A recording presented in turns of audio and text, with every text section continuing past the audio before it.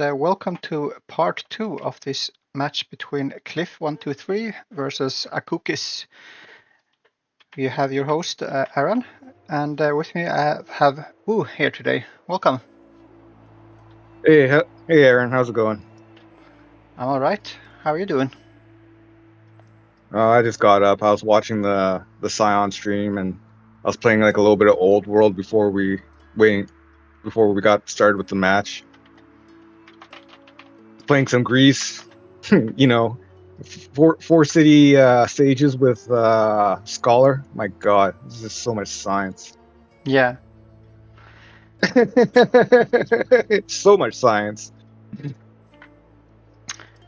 This game, I don't know if you caught it yesterday, has been a little bit slower. We had some early harass coming from Aku, sent 2 step riders over to Cliff's side of the map and started burning and stunning different units Yeah, I and saw improvements. that. He was using his step riders like very aggressively. Yeah. I thought that was kind of weird. Like, me personally, I would have just used those orders to like kind of develop and expand, but teach their own. I think he did some damage. It will be... it's difficult to say if it was worth it or not. Well, he's already claimed the middle of the map, so I'm like, let's take a look at the science right now. So right now, UAZ is at 83 to 69, and Greece is at 2,900 in the tree, and UAZ is 22. So overall, Greece has more science, but UAZ is catching up, and they've taken more map control. Yeah. Which I find is important, is having map control. Sometimes, like, just absorbing like the important resources, like these marble tiles in the center. Trying to get some more barracks and maybe a wonder up, which makes me curious what wonders. Oh, we still have the pyramids, the German aqueducts being built in Greece, and the Yaz, sorry. And the Jebel Barkal. That's a big one for multiplayer. Who has religion right now? So we have religion in Greece, so the Jeb would be very good for them, as it would fix their orders a lot. Yeah, he's a bit behind in orders. But right now he has the stronger army, and he has positioned himself quite threateningly near this USC city of Sakieta. Marco is putting down some notes. Plan retreat and hope for mistakes on Greece's side. This is bad. Yeah, do you see do you see the note next to the wheat? This is bad. Yeah. Not bad. It's fine, bro. Coming back in science, you've out expanded. You just kind of hold this position. Maybe try and scout the coast, because on continent maps like this, I always try and scout the coast first, because it always seems like the resource-rich kind of areas, like the bottom of the coast here, like where you have like the iron and the horses, really good champ seats. Yeah, we'll see how he deals with this. Also, let me know if everything is working with the chat, the sound, and the video. See, we have a few viewers now. You're very welcome.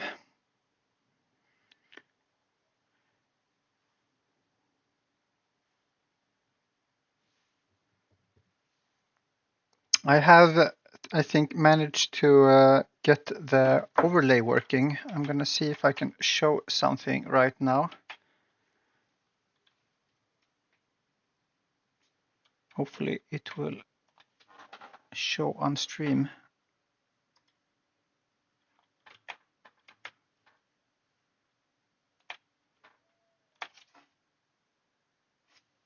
Not sure if it is doing anything. No, maybe it's not working. Ah, it is working. Nice. So I'm showing the hoplite versus archer matchup. Of course, it's a bit different because of the range, and the hoplite usually will have another hoplite right next to them. But it can give a bit of an idea of how that matchup works out.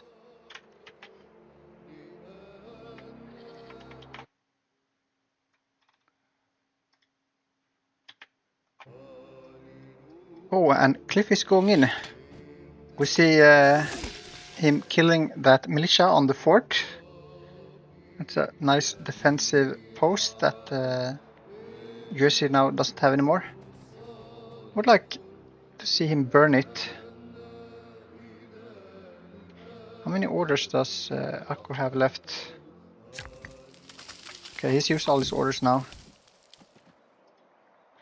And 5 more orders from Cliff. Yeah, these hoplites do a lot of damage to the city. Seems like Aku is not even going to try to take the fight. I think he's probably sensing that he's not going to have his walls finished in time for them for him to defend, so it's not even worth it. Yeah. Maybe he just like kind of regroups in the north and takes the median site there. But I don't think we have a settler ready or queuing up a settler anywhere. No. Yeah. Oh, we do in the Sringar down in the south, the cleric's family. Yeah. So he's planning on getting a settler out. Cliff already has one settler in the same city on the mirrored side of the map, so he could also use that one to expand either for the Danes site behind the mountains or the Numidians in the north.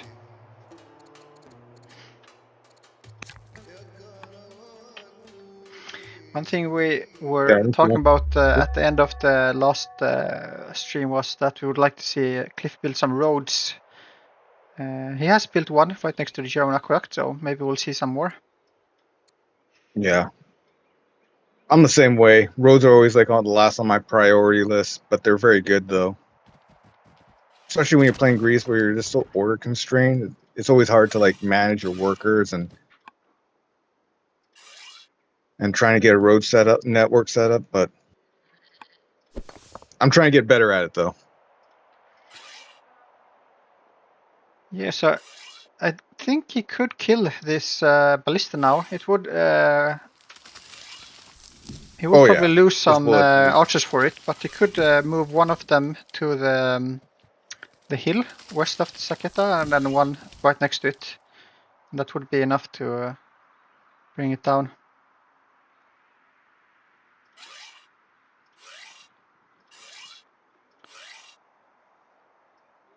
If he wants, it's a good unit and ballista, but trading 2 archers for 1 ballista, I don't think Cliff would be too unhappy. We do see a nice road for Aku from the very strong champions city of Capisa, where he has also placed Hunter Shrine, giving 1 extra level to all the archers that he's pumping out with his strict leader. So it's almost like 2 levels on each archer that's coming out of there. Could take Vigilant if he wants to on, I guess it's a severely ill judge that he has in his capital.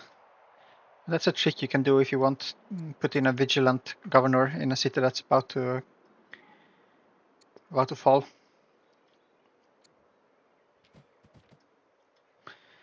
"43 orders against 30 from Cliff. It's a big difference. Yeah. That adds up quick, especially with like being able to fight a war and do tile improvements.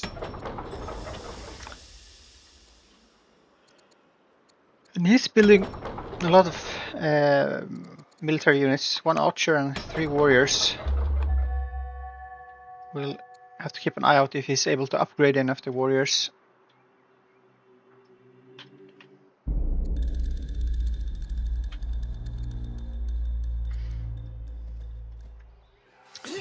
Cliff Force Oh, marching. we're going in.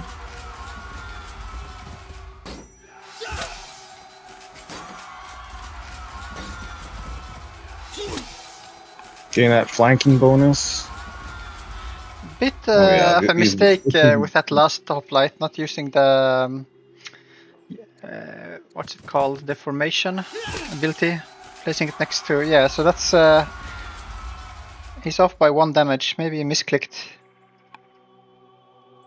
Ideally, you'd put like position all your units first and then attack. But I think this is fine still. Yeah, He's saving the ballista, and he's still going to be able to take the city. I think he could, if he wants to, if he wanted to commit, he could move in with the ballista and the slinger as well as the chariot maybe, but he'll be fine. That's a lot of hoplites. Yeah, that is a lot of hoplites. And I think he's looking for like a 7-law timing now. He's strong in his capital, so he'll be able to get his citadel down soon. Yeah, he will have his Economy. 5th law now with rhetoric, and I think the next 2 could be sovereignty Yeah, he's got and sovereignty. monasticism.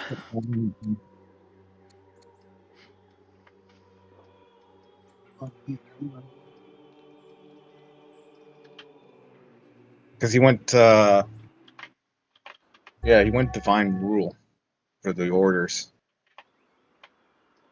All he needs is polytheism, get a shrine city, and then swap into mono. And for Akku now, he discovered steel, so can upgrade a lot of the warriors. That will be a nice boost against the hoplites as well, since they are whole arm units. Yeah, he's probably trying to think like maybe more of like a battle line archer kind of composition against Greece, because he knows that his UU's kind of useless against them.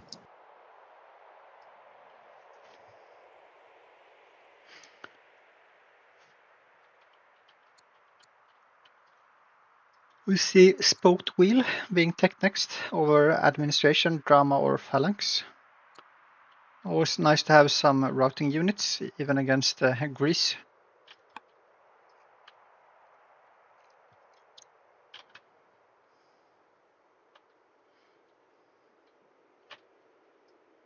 Yeah, because Greece is just all spears and hoplites. There's a handful of range units. I see a one slinger in Byzantium, one slinger in Nikia, one slinger in Olympus, Olynthus, oh, and one in Corinth.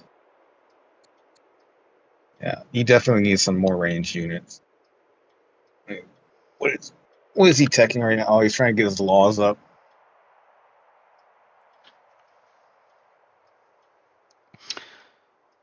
I think if Akku gets more time with all his orders, he could really get some improvements down with his workers. He has 12 workers right now.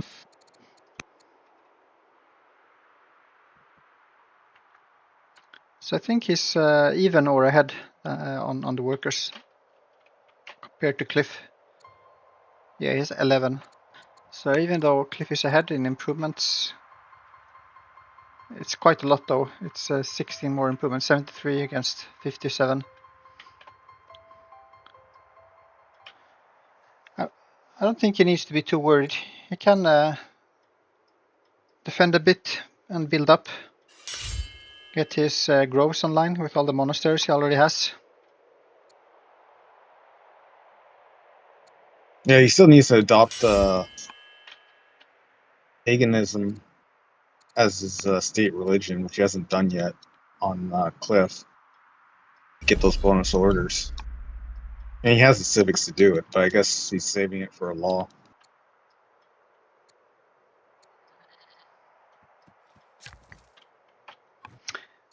For Cliff, what do you mean? Oh, for divine rule.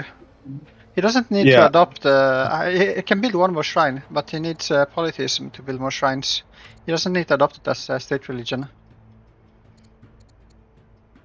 Yeah, but you get the orders for each shrine, for each pagan religion in your city.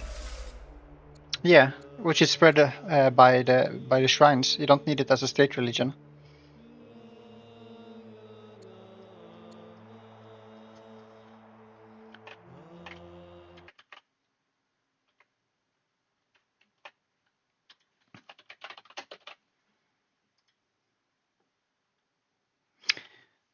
It is a bonus. Yeah, but you need to have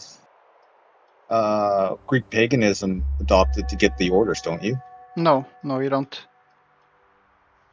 Oh, you don't? No, Oh, I didn't it's know that. enough. It's enough that it is present in the city. It's a separate bonus. The state religion.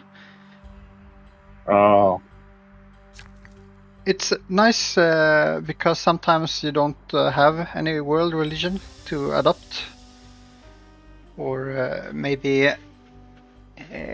the world religion is like very angry at you, so you can have a bit more control over the pagan religion, even though you can't get any theologies for it. So it's a different kind of bonus or effect from divine rule. They're not necessarily connected to each other.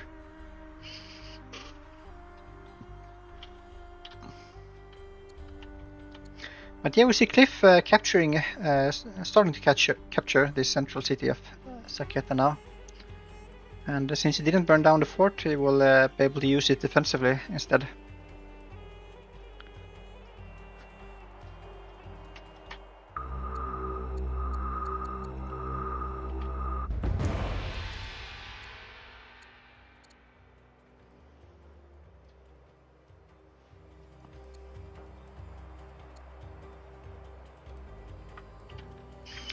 We see him struggling a bit with the family opinions. All of the families are upset.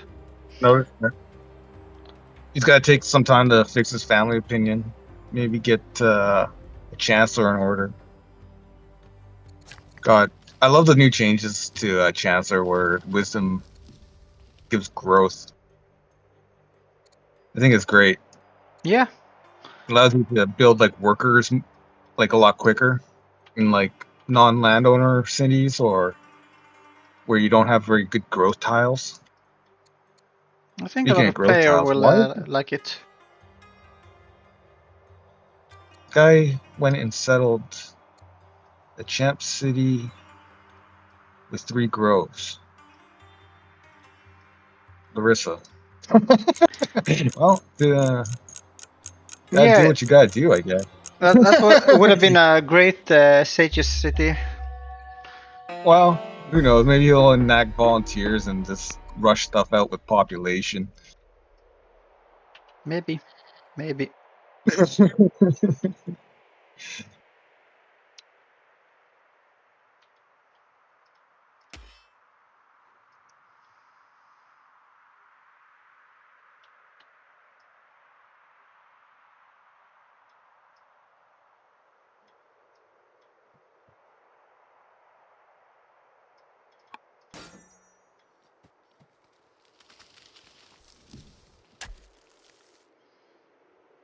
Now we are building a fort on the outside of the city of Begurum.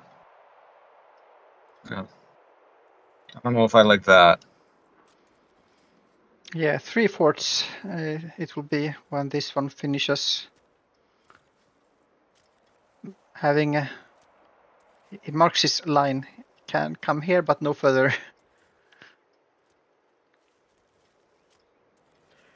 And he's building more warriors and axemen.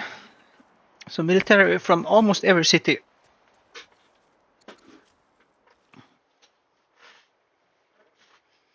That will complement the archers that coming out from Capisa quite nicely.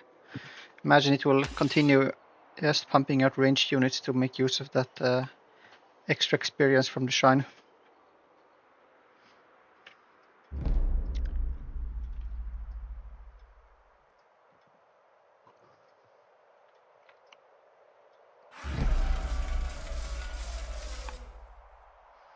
See one slinger upgraded as well to an archer. So quite a lot of military buildup for the QSC. It's still at about half the military score of CLIFF. And CLIFF is still showing us stronger and learned, even though he has fallen behind now with Greece in the science production. He still has about 600 science in total, more than Akko has.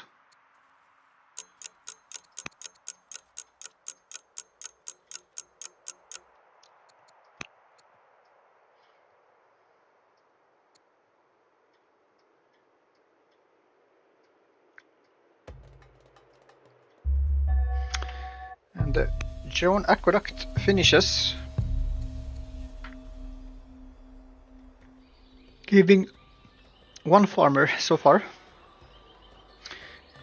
He was at a very healthy. Go ahead. He built a Huron in his champ seat, or no, his champ seat, his champ city. Yeah, That's weird. he's still at a quite healthy 60 food per turn, but a bit earlier I think he was up to over 100 per turn. But the growing cities and more units on the map, they all eat at that production with higher consumption and upkeep.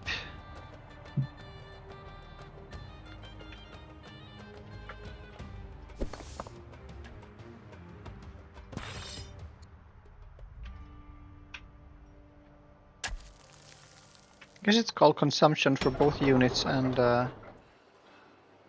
cities. Doesn't really say, it's just population.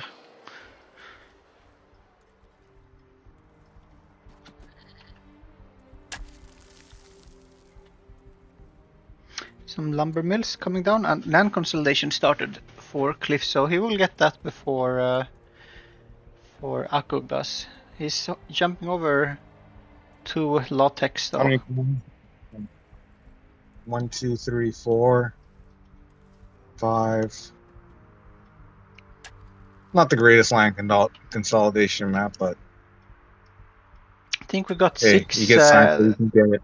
There's 2 spices in the southwest, as well as the lavender, and then the 3 citrus. And then there's 1 olives as well in the other Shaja city. So 7. Yeah, that's decent.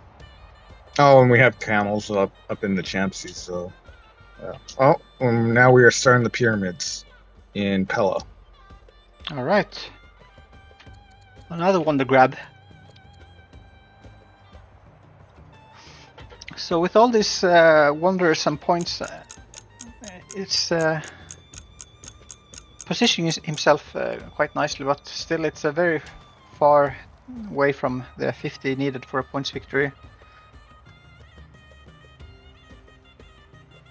Oh god, you rack up those points quickly in Greece just because your culture is so good all the time. Yeah. And he's... What's his stone income like? 92? That's not bad. Yeah, he's been ahead on that all of the game. We got a rebel in Capisa. Oh, the leader, the tactician leader in UAZ is unpopular. He needs to fix that. And, he has the civics to do it. Oh, yeah, he's on the mission. Okay. Wow, it's only 1 rebel. But he's on an influence mission, so he's not really worried about that. Unpopular, I guess. Here you're easy. What do you do right now? Do you just like kind of back off and try and find? Does he know about the bottom here? As he scouted that? I think you just keep on building up. Yeah, he's scouted like pretty much most of the map, so he knows about the bottom sites. Yeah. Surprised he doesn't make like a task force to clear it out with and try and get some of that iron and sweet wood. Yeah. You could Plus, you have expand the that way. horses.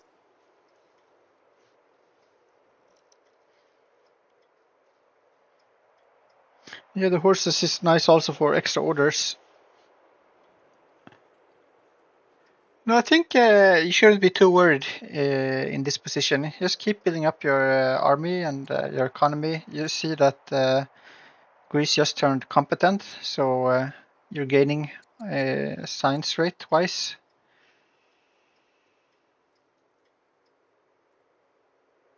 Of course, with land consolidation coming to play, that might change soon, unless he gets his own land consolidation. But just keep building up your army and look for an opportunity.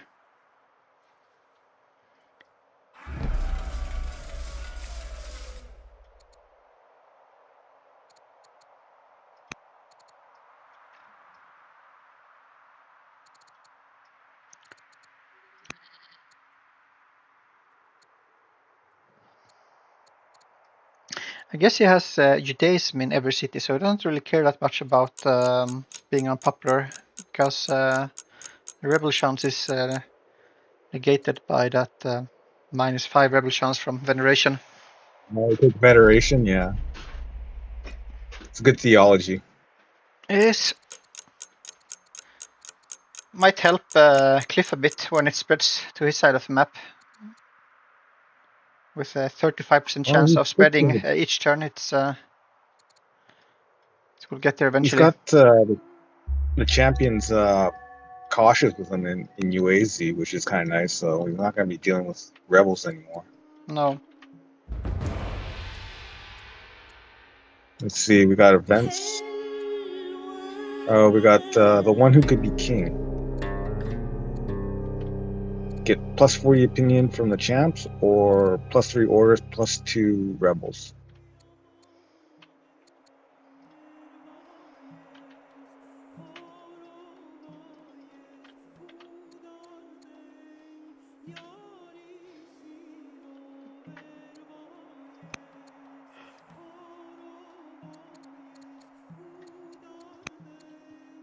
Oh, we have a judge heir.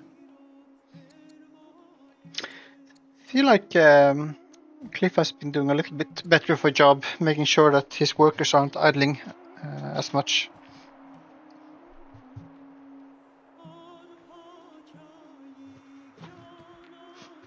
Land consolidation 3 turns. So turn 74 land con.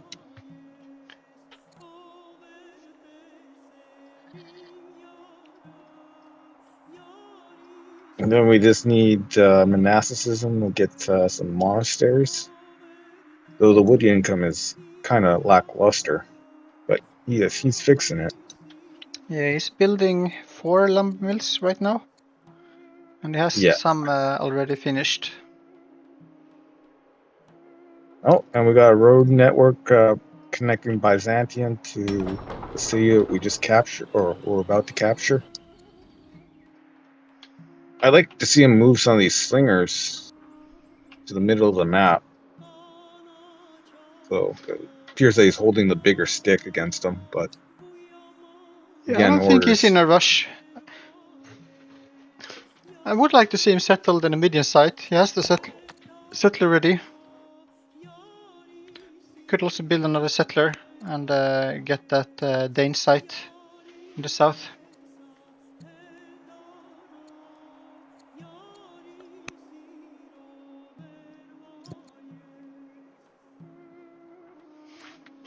I'm not sure how much he feels that he can push on.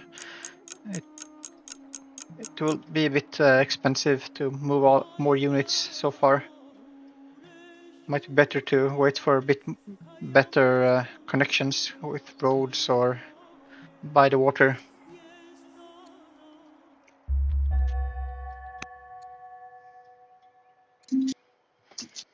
I kind of hope that he doesn't go for doctrine now. I would like to see him just rush for land consolidation.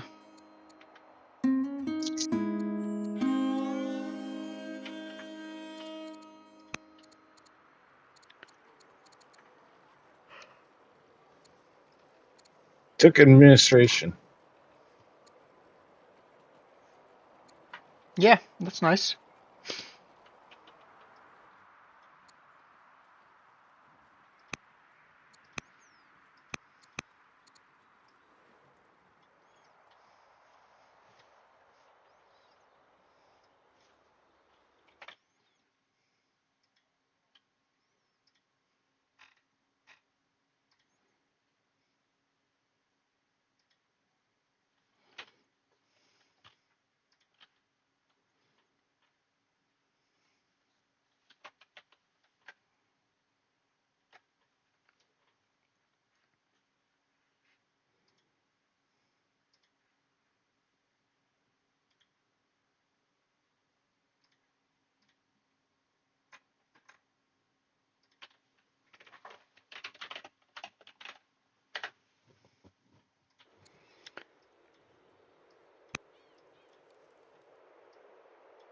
Well, we are building a settler, but where are we going to take it? Just building mostly military.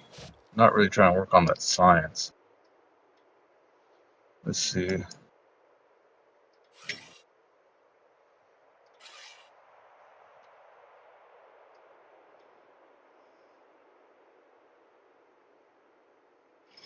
I wonder if he will kill that scout. Yeah, he did. I think he might be able to fight this if the cliff advances.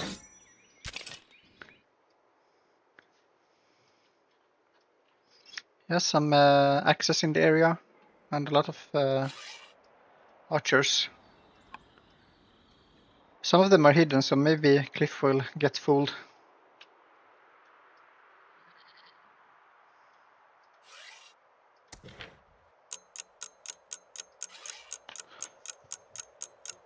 Yeah, you're going to need a lot of archers to kill these hoplites.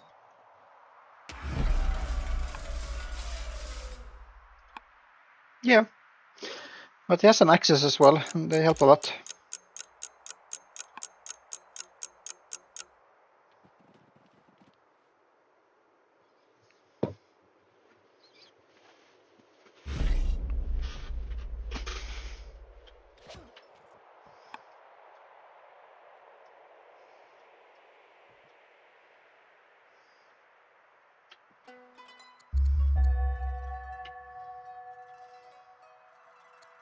Our leader just died in Greece.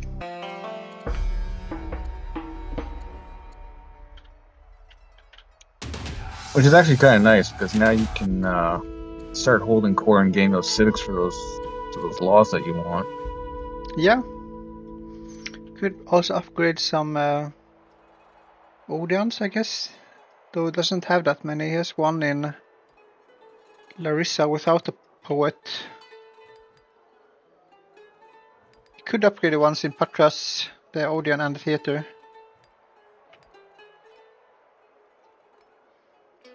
As well as those in Pella. If you could get a master poet in the theater, that would be nice as well.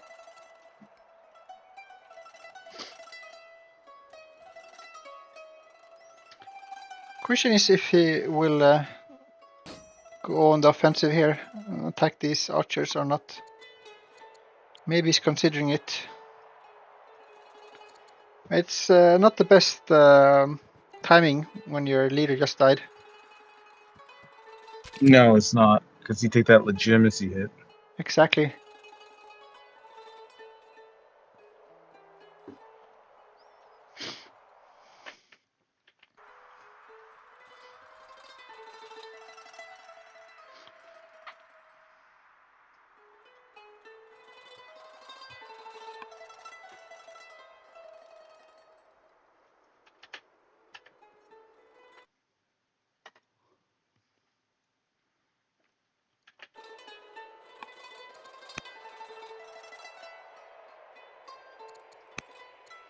I guess it helped a little bit with the opinions. They are back to being cautious now.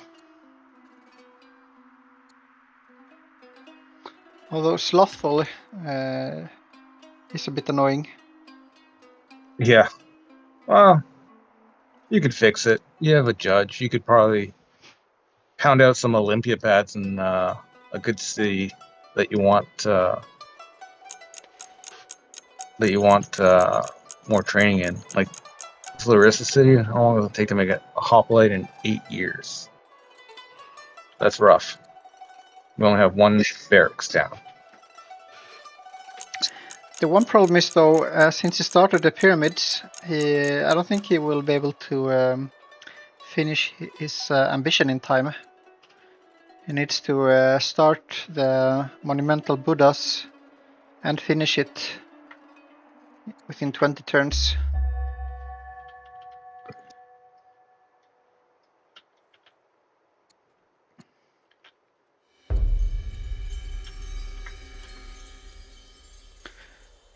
Alright, the land consolidation is available if Aku wants to grab it, which he does. Yeah, he grabbed it. So in 4 turns, we'll see some glows come up. And I think his science rate will really take off. Yeah, I guess that's the advantage of picking clerics, is that you can make monasteries without having to have monasticism, even though we do have monasticism research.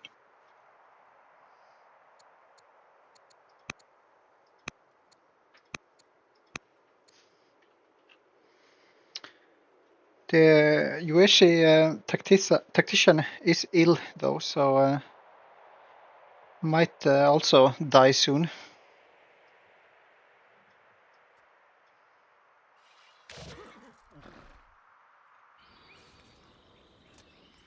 I'm not sure how much I like these forts right outside your borders. It can very they don't easily... Go ahead.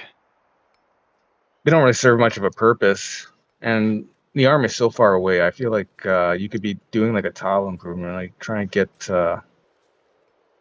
like this worker outside of Bazira could be getting a garrison down or some barracks, which would be much better.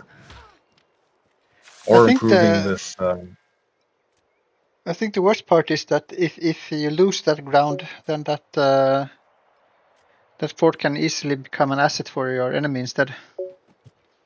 Exactly.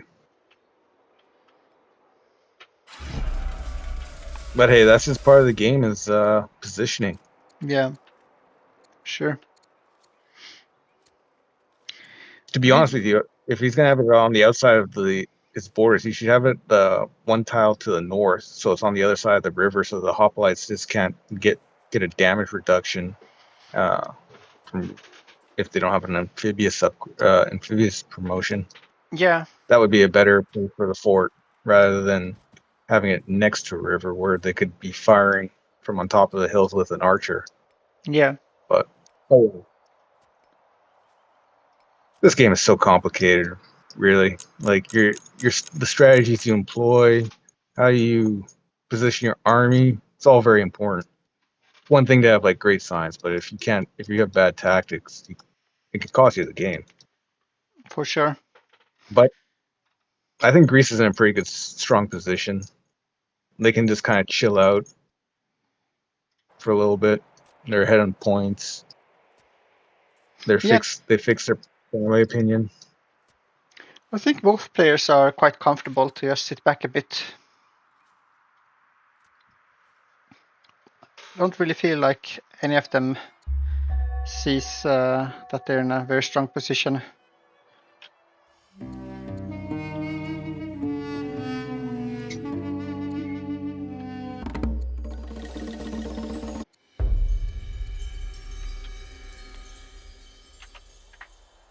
The question will be though, if Cliff gets the timing with the phalangites, what then will Aku be able to put against them? Because they are really strong. Well, he needs to kind of fix his gold income right now, and his wood for this phalangites. He's making quite a bit of iron, which is good. But yeah, I think these grows that are coming out now, he has the 2 spice grows that will help a lot with the money, especially when the gardeners come out. what he needs to do is switch over to vassalage at this point because the army is getting really big. He's still in centralization. Yeah, that will help.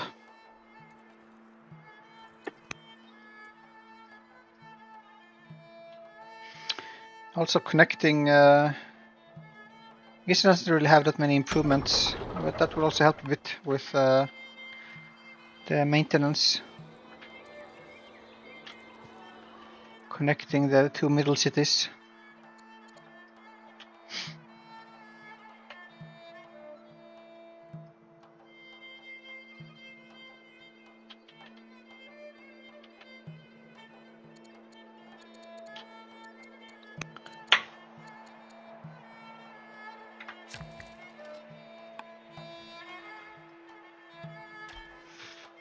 One thing I would have liked to see is a bit more use of the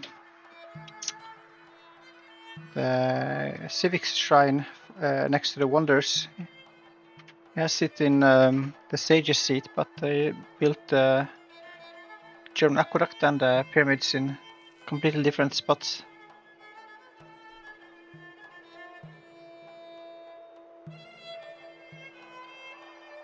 I think the shine's fault mostly. It's not in a very good position to be next to that many wonders. You don't want to build over the riverside forest. You can't build on the water tile, and you don't want to bulldoze the marble. Yeah, sometimes it's hard to plan out your god shrine. Sometimes your opponent just beats you to building a wonder that you want. I get it. He puts the civics in his sage's seat. Try and get some of those specialists out a little bit quicker. Yeah, but you're missing out on one order per wonder. It's He also built that pyramids like very, very late. Like I don't think UAZ hasn't even started a wonder yet, and their economy is actually very net positive on all metrics. That's something that you should think about getting a Yaz. Even a Stupa. I think Stupa's alright. yeah. It helps with the civics. There's a lot of cities, so it's like 1, 2, 3, 4, 5, 6. So that's like, what, 16 civics? 5, 6, 7.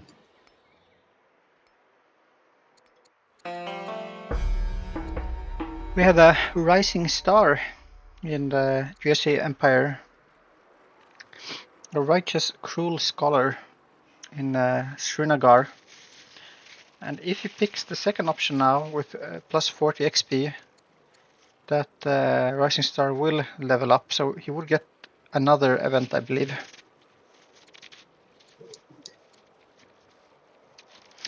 With a doomed leader, I think I would probably go for that.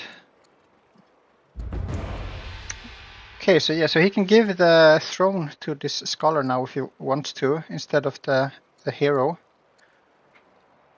I think that wouldn't be the worst idea. The cruel will hurt a bit. Right. Isn't there like possibly another event after a rising star takes the throne, where you trigger like possibly a civil war? Yeah, so he can choose now the full rebellion instead of letting the rising star take the throne. So he has that choice right now. The favored Xidun daughter, the clerics, want the rising star on the throne. Oh no, he's let her have the throne. Yeah. So now his science has jumped up to 105 from 92. To be honest with you, I probably would have let that happen too, because I feel like the science is where if we're gonna be chilling out, we want more science as quickly as possible.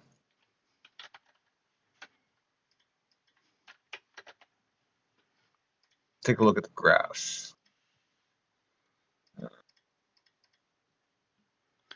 Not really sure what happens with this event, the Ashwamedha, how it continues.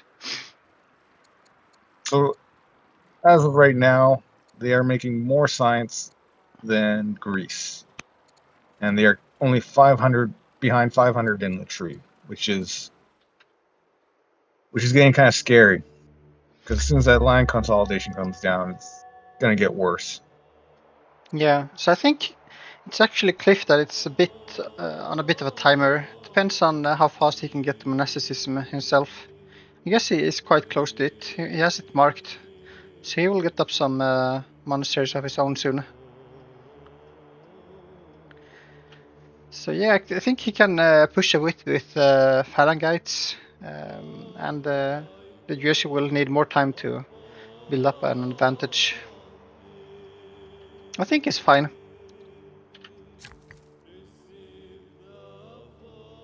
He's also going to be faster with the groves and gardeners. Yeah, I'd like to see him use his Christian disciples, start building his holy wonder.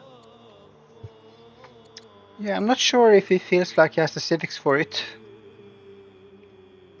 Well, he just doesn't have the stone. He's only short 25 stone. He And grab will like a need 800 civics, depending on if he waits for the pyramids or not, but for sovereignty law and then the monasticism law. and he should be holding court right now. He has 1900 training and 370 civics. I guess that's true. Yeah, He has plenty of civics I'd, since he's a judge. yeah, I'd get this this disciple to start building your holy wonder and get your religion spread.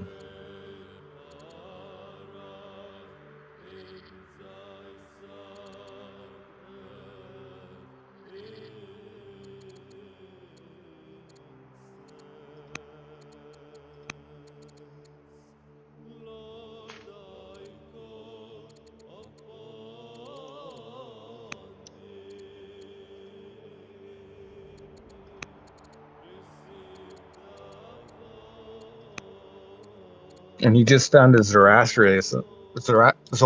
right now, so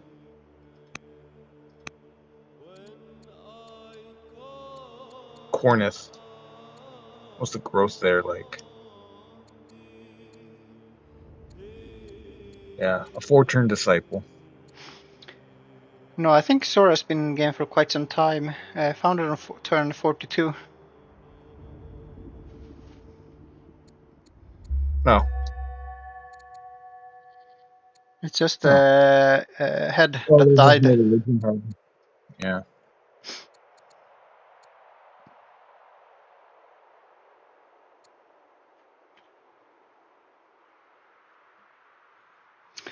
So I think the Rising Star, I'm not sure how long they will keep that trait. I know after their age 50 or more, they can lose it. And as a leader, I'm not sure how long it carries, if they have it for the same time or if you lose it faster. Because, I mean, as the leader, you're not really rising anymore. You have arrived.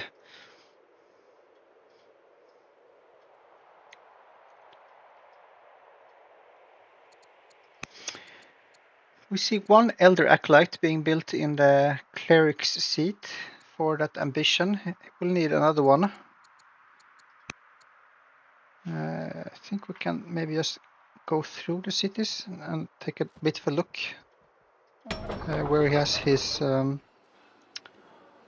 Acolytes. Does not have one.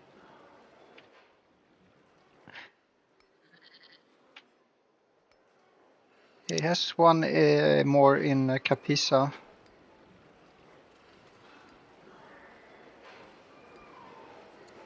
And he is looking to build another one in Sanchi. Take 12 turns, so yeah, that will be enough. A slow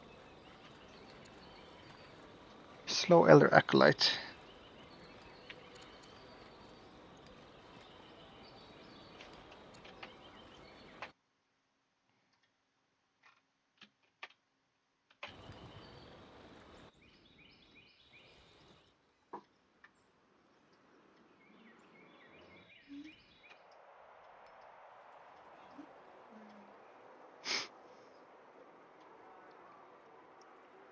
Looks like he's focusing on mostly improving road networks. Yeah, and building military. It's looking a bit better now. Almost up to 900 military score against the 1,300 for Cliff. It's a nice mix of units as well, with the axes and the archers. And it's building a chariot now in his rider's capital.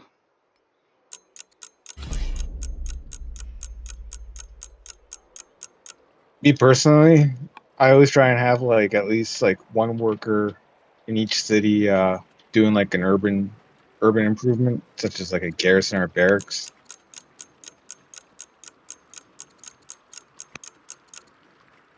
And then your additional workers build rural improvements.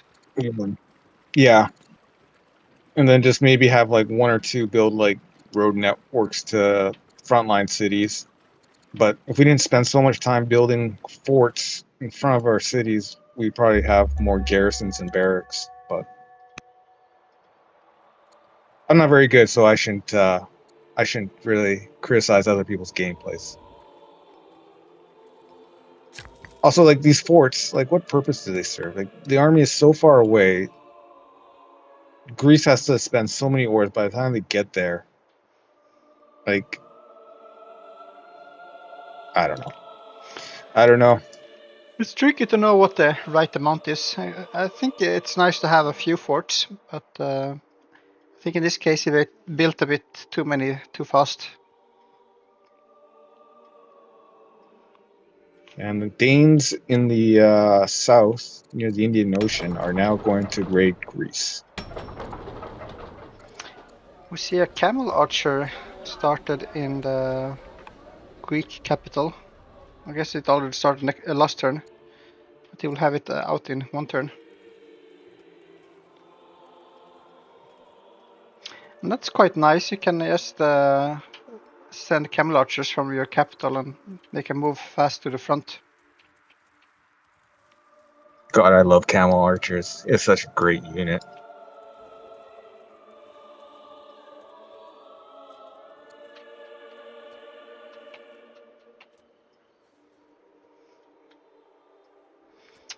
It's getting closer to connecting. I guess maybe not. Stopped building roads.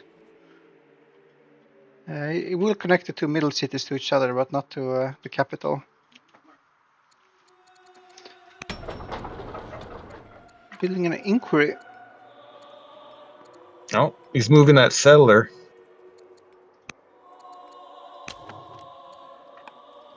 So probably eyeing those Numidians. I don't know if I like this inquiry. Personally, I would probably get and probably hold court for a turn and then wait for that lavender grove to finish and then put a gardener onto it. Yeah. I think I would try to do that as well. But getting faster to monasticism isn't too bad. 6 turns. I think it will help.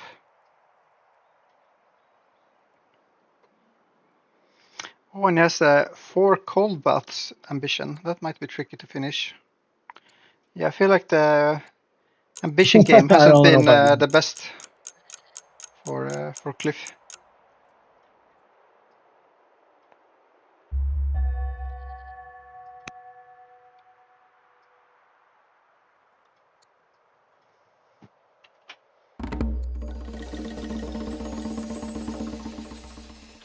So we have a marriage offer in Uazi, a schemer with 4 wisdom, or a zealot that does not like us. Yeah, not any good options. He has quite easy ambition though. Field 8 generals would help with the champion's opinion.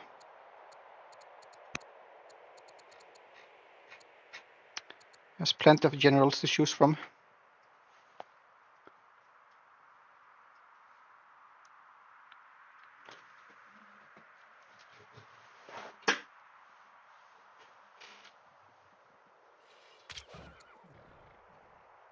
He's catching up in culture too.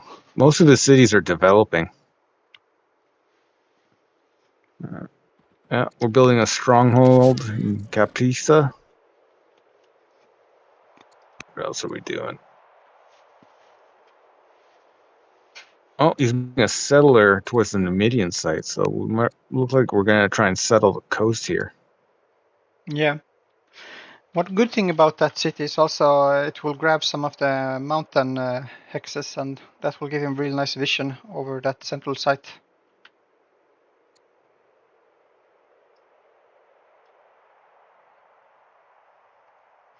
Yeah, I guess he's kind of giving up on the Numidians in the north. It's like if you can't hold the southern middle city, why would you try and take the northern middle city, right? Yeah. He put down another note saying, "Yay, no flank anymore." So I think he was worried about getting his archer out. It will be revealed next turn. Yeah, that archer, right?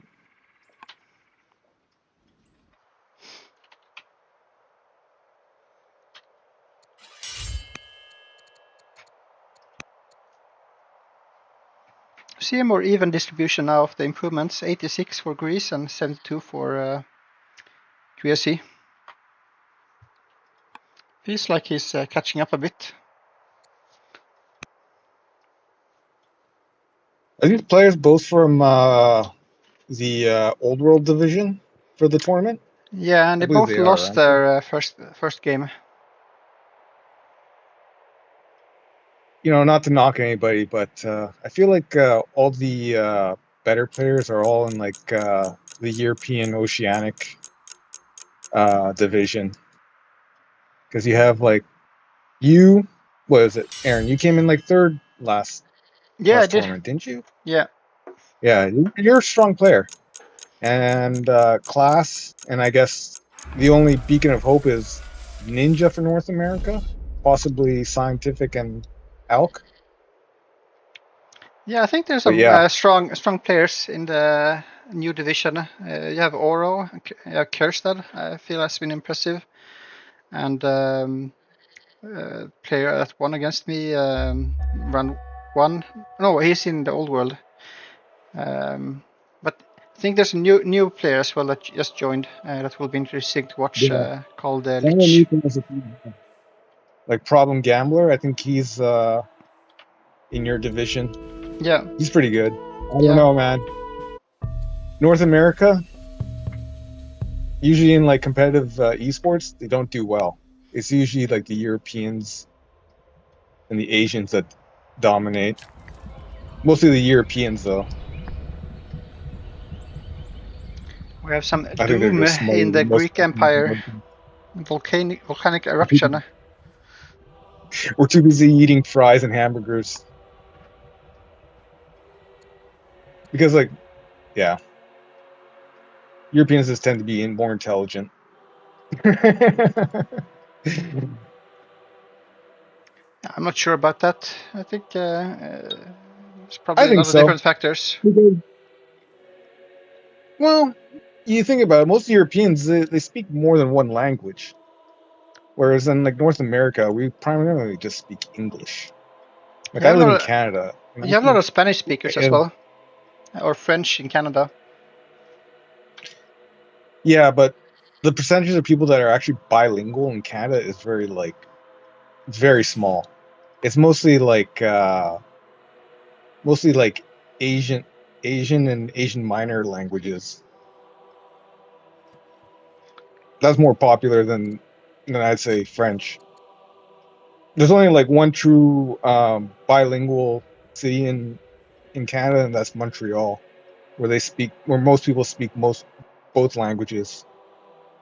This But is here on the nice. West Coast, We see everybody speaks Cliff English. upgrading, using that judge ability, upgrading a garrison to a stronghold. That's always nice to see. He didn't do it in Oh, Corinth though, he's building a stronghold there. we have a volcano eruption in Pella. That's always annoying.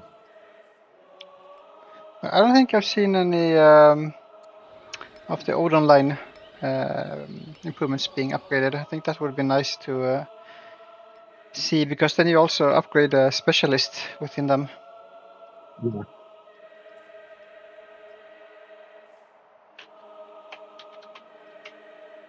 He still doesn't have an Odeon in his Sage's seat.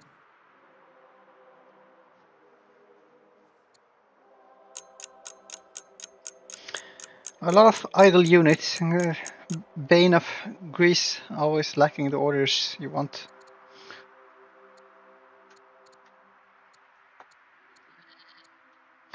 Did adopt Yeah, he got tyranny.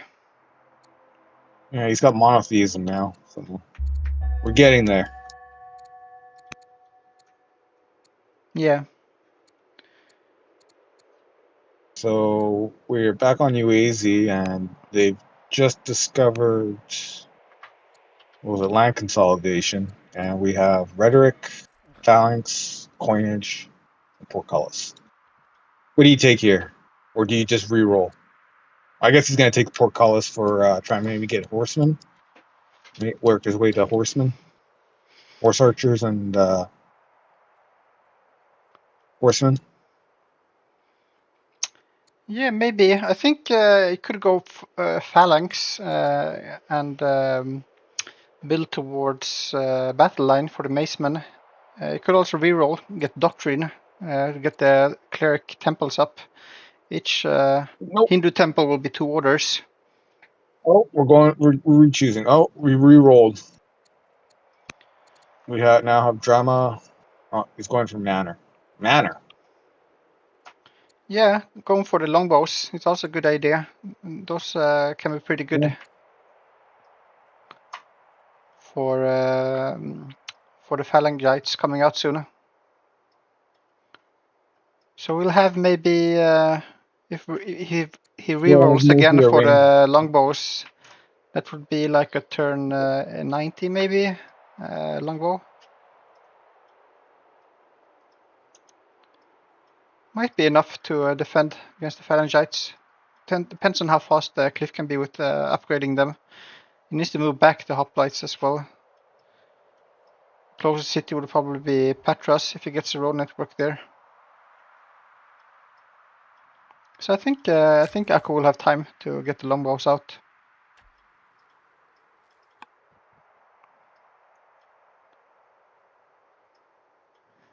What do you think of the UAZ? You like them? Yeah, they're cool. I don't feel I'm very good with them yet, but I think they're cool. It's always nice when you can do some different stuff. What are your favorite nations to play, Aaron? I think Tamil is really fun right now. I'm not sure if it's like very good. It depends a bit on the map and so on. But I kind of like the internal politics part of the game. Yeah, it's really weird because you you have there's a supremacy amongst the families, and they only have like 3 families, I believe. Yeah. Yeah.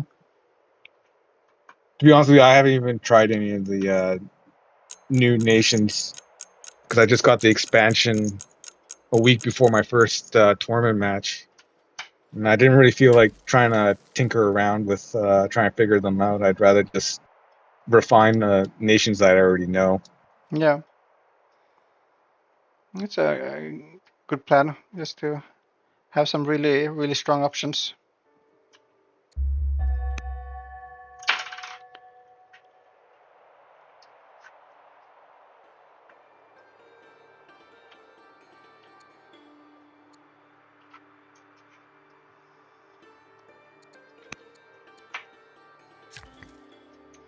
Would like to see a bit more missions from the leader, and maybe assigning her to a city somewhere. Maybe the champion city of Larissa, and rush out with specialists. Get those gardeners out, for example. Yeah, exactly. And now we have actually a connection and positive gold, up to plus 100 a turn.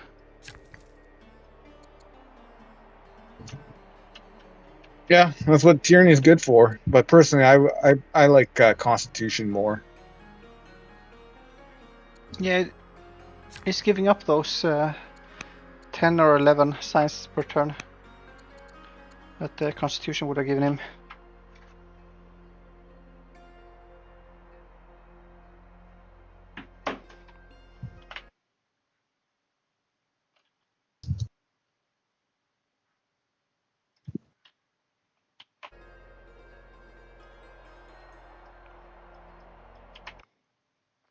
Oh yeah, he's getting his gardeners online.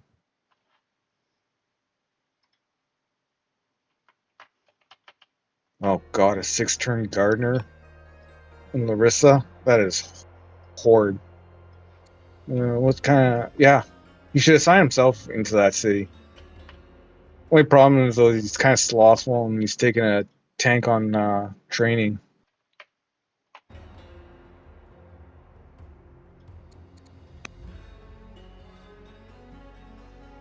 But yeah, getting monotheism out, or maybe starting with polytheism and getting some shrines everywhere will help a lot with his orders.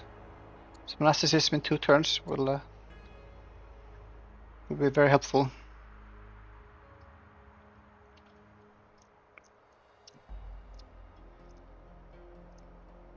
Yeah, because we need to spread Greek paganism to 1, 2, 3, 4, 5 cities?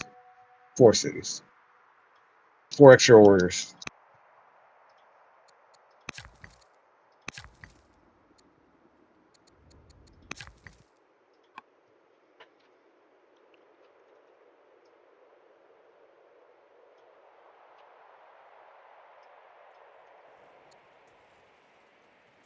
Gonna have to move these archers out of the trees pretty soon because otherwise Greece is gonna be able to see them.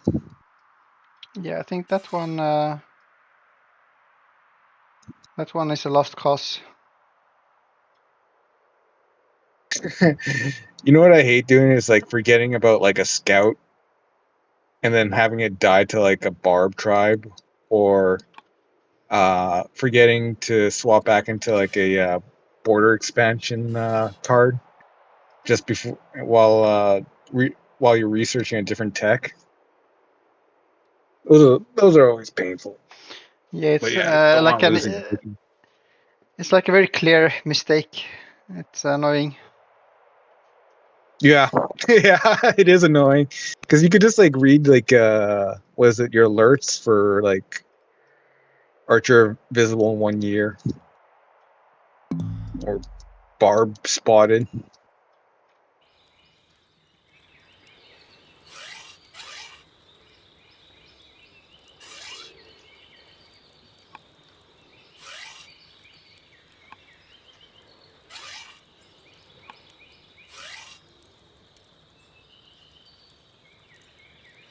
This Numidium in the north is attacking the fortified axe on the fort.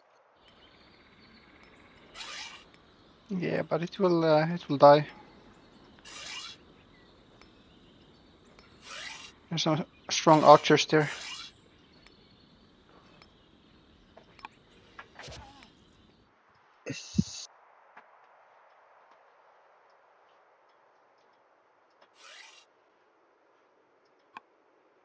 And it's building chariots now, so I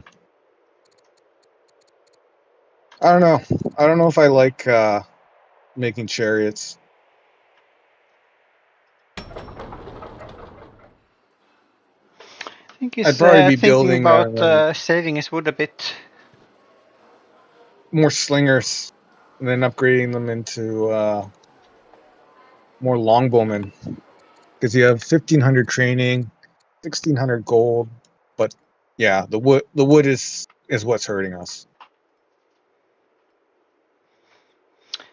Feels like the resources will really make a difference here, with both players building up quite large armies.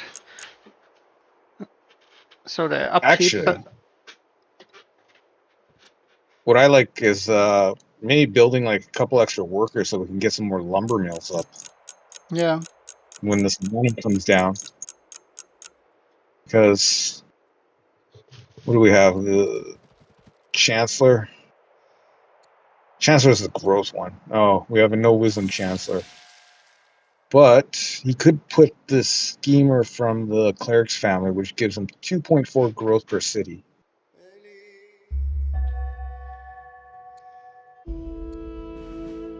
I don't know. Maybe he's just gonna do a big chop spree before Manor finishes up.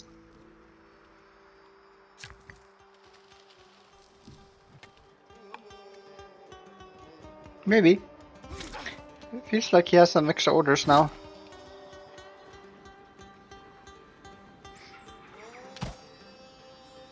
Oh! Looks like he forgot about this archer. Didn't really forget He's about it, gone but he fully couldn't down. get it out in time.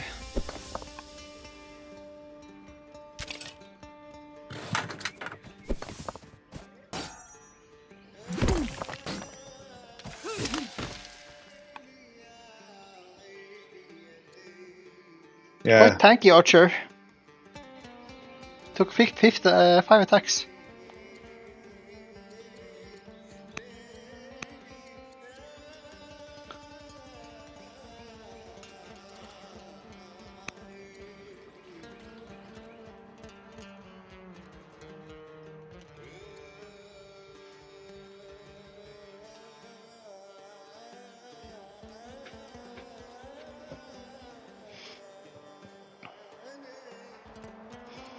Seems like Cliff is going for the military research option from that event, selling a lot of resources.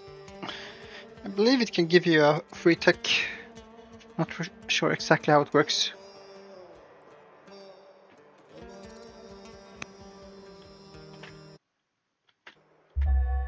Yeah, Cliff has like a lot of idols or a lot of workers idling right now.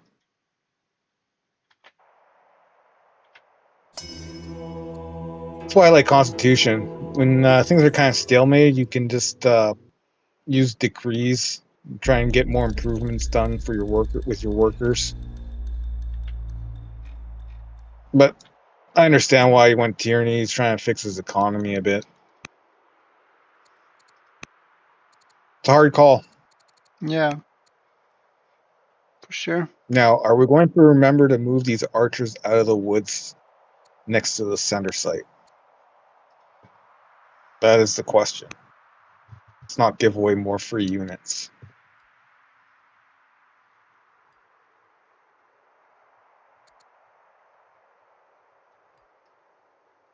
And we are building another scout in Springar.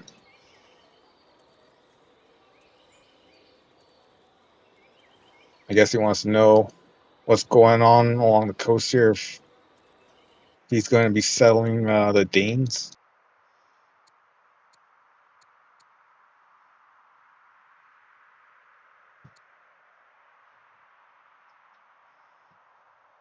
"11 years on this elder acolyte." What do we have for governors? Oh, we have a judge that we could put in here.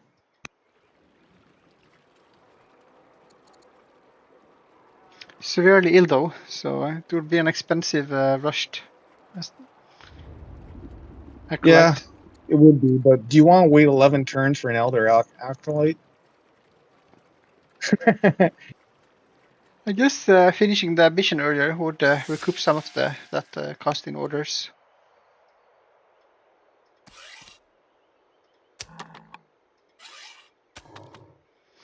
And did manage to clear that city side now, so I can found another city here in the south. Yeah.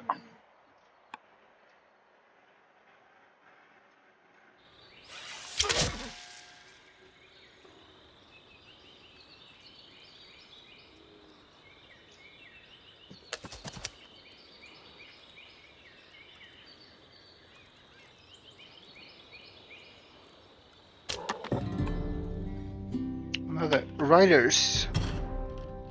Interesting.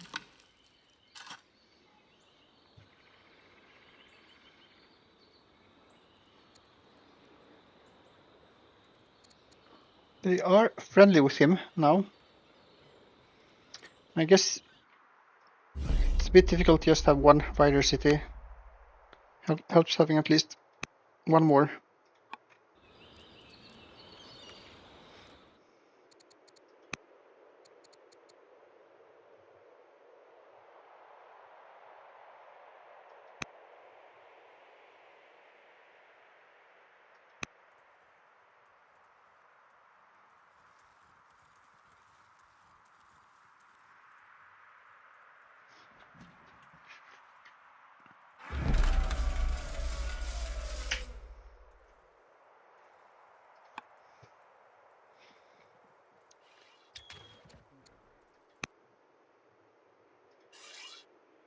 Oh, wow, that marksman archer in the middle can shoot really far.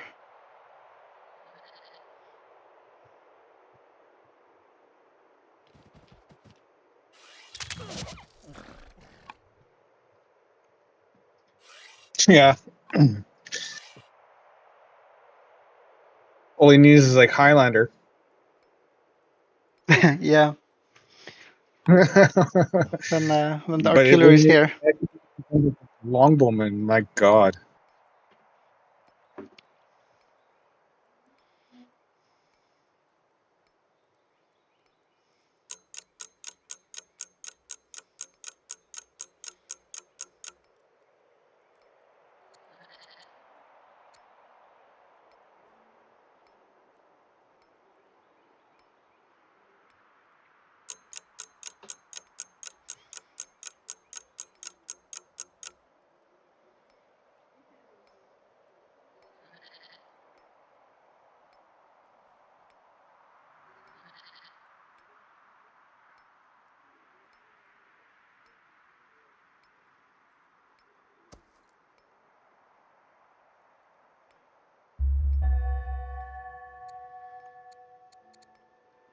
All right, we have the So we have, 7th law now for Cliff.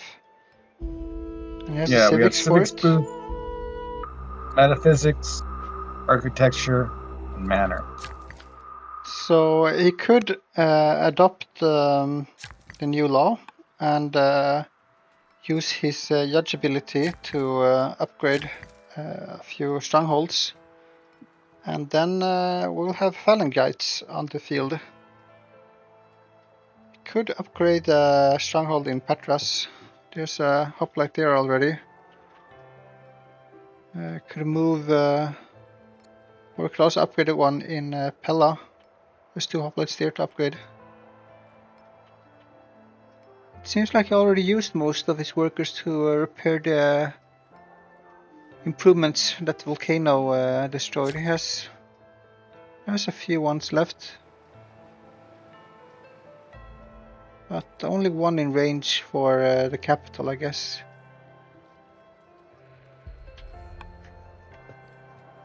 Maybe he doesn't really feel the urgency to do the upgrades and get a move on. Well, here we go. We now have 2 phalangites in Pella. All right, He's getting there.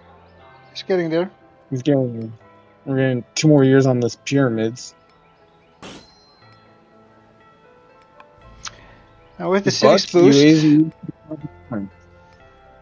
civics boost, he could rush out with civics a few more phalangites as well. So yeah, I think he should try to make a move here. Get a few more roads down between the capital and Larissa. Connect the road from the capital to that river.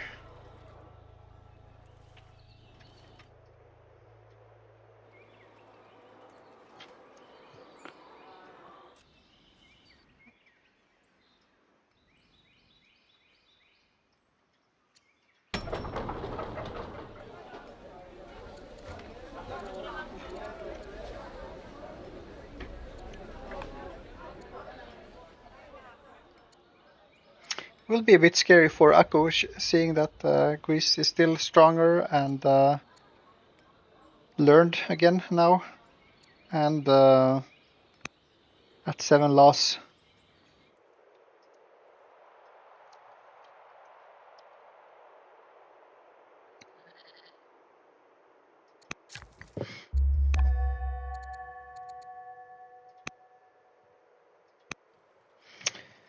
So I might think that he's still behind in science.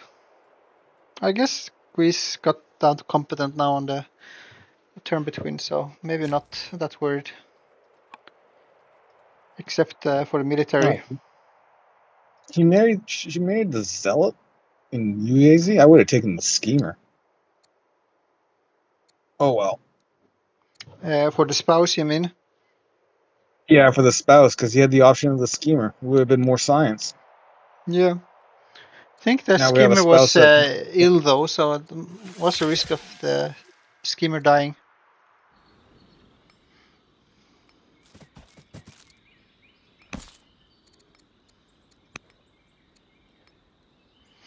And we see some cushion cavalry on the way from the champion's seat.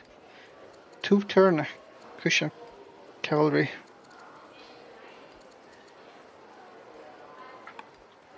That's always nice.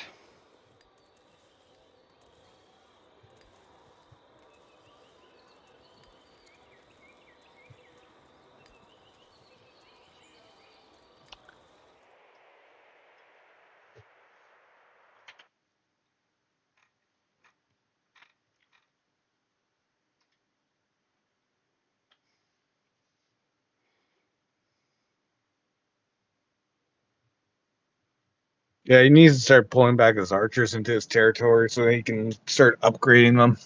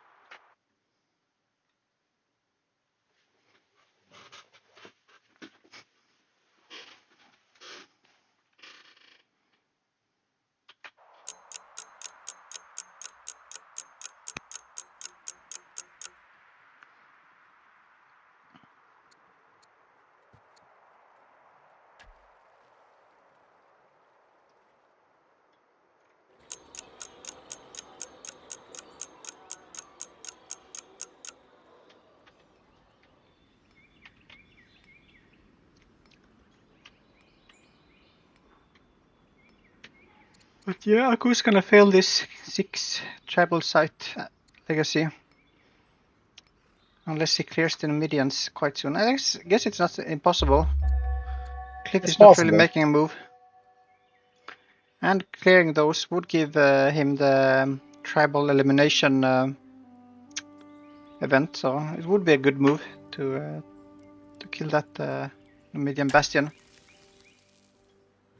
So we have a cultural event in Scythium, or in a Sage's Cap, sorry. You can add luxury, Scythium.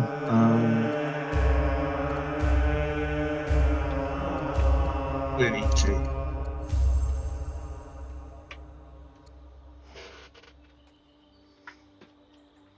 Yeah, he took the luxury.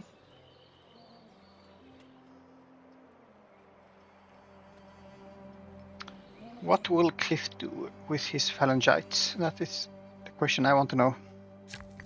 The answer to.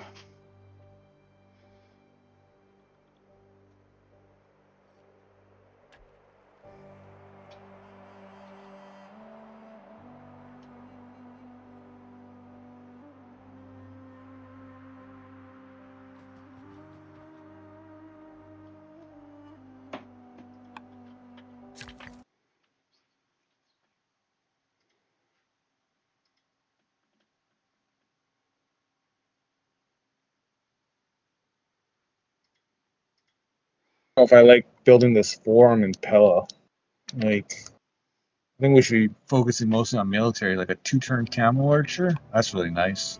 4-turn phalangite.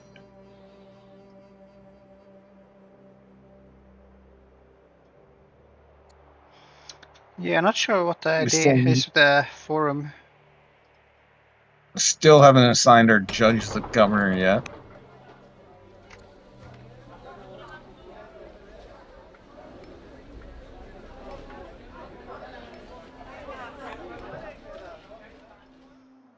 To be honest, I would just burn a little bit of the training just to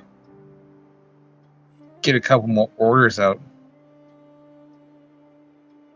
But I'd also start building garrisons in every city.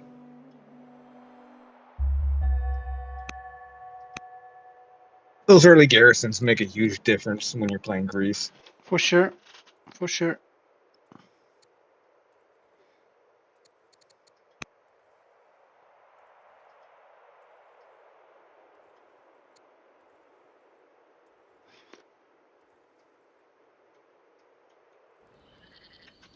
If he would decide and try to take this Numidian site, how would he try to do it? He needs a bit more units.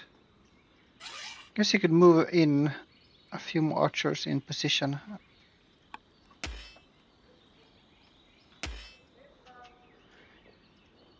Or maybe he would wait for the Kushan cavalry to help him clear that site.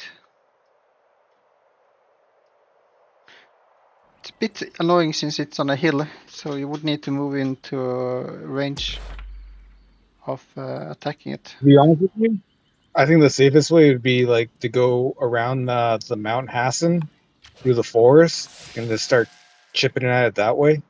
And that way, you'd be the farthest away from like the Greek army as possible, and possibly not lose any units, rather than try and go through like the middle, where he's got the archer on the hills.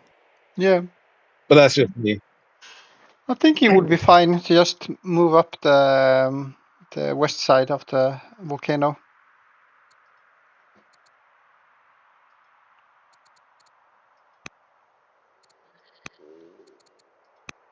Because he's got 13 turns to do it, and a lot of orders. He only has like 4 workers idling.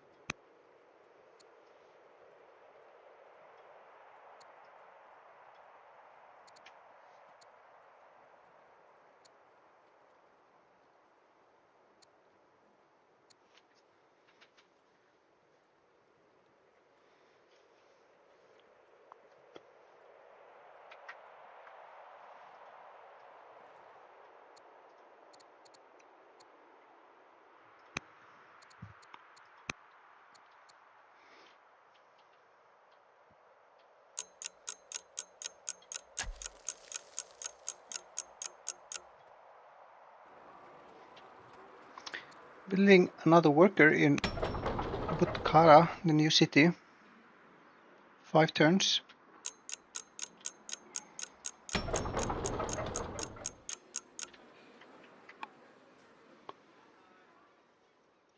He really needs to assign a chancellor.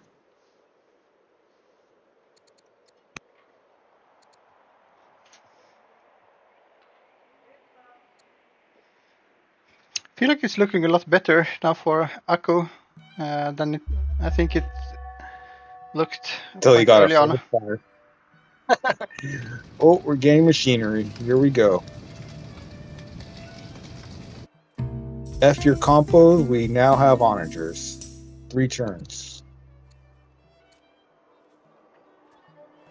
And we got the developing culture in Byzantium. We have camels, or I would take the ore. or wheat? Do we want more food? No, I think we want the ore. Yeah, the ore is really nice in Frontline City. And we've completed our pyramids.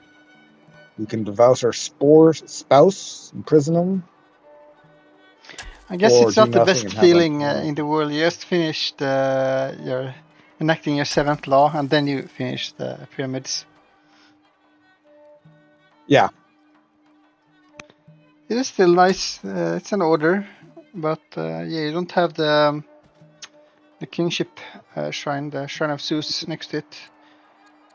It's just killing me that he hasn't assigned himself as a governor yet, man. Like all this time, she's like 37. Yeah, and and hasn't he's gained not any. switching to polytheism and building any shrines, so Yeah. he's missing out on a lot of orders from both divine rule and if he would build some. Like he could also buy some tiles from the artisan seat next into his capital, and he could build like 2 of those Shrine of Zeus for 2 extra orders.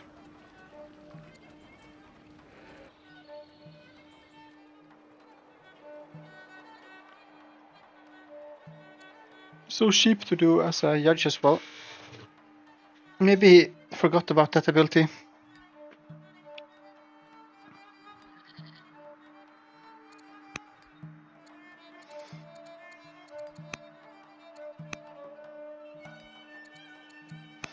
Yeah, I think with the current treachery, that I think Akko is my favorite to win the game at the moment.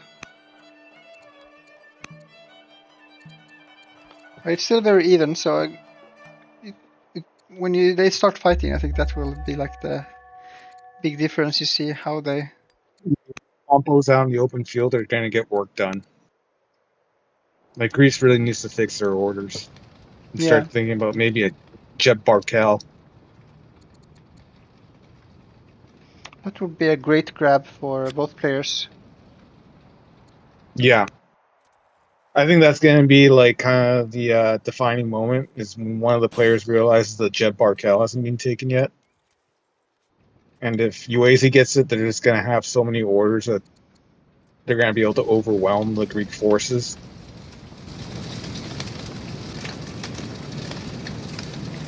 He has seen the they just Phalangite. more. Sorry, Just go ahead. outpace them. Or they just build a Jeb Barkel and just keep ecoing and sciencing more and just outpace them with like maybe a Maceman, getting like a Maceman upgrade for all their axemen.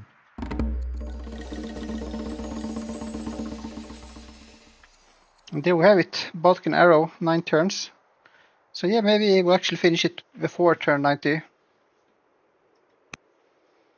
Doesn't want to be lacking an 8 strength unit against the Phalangites.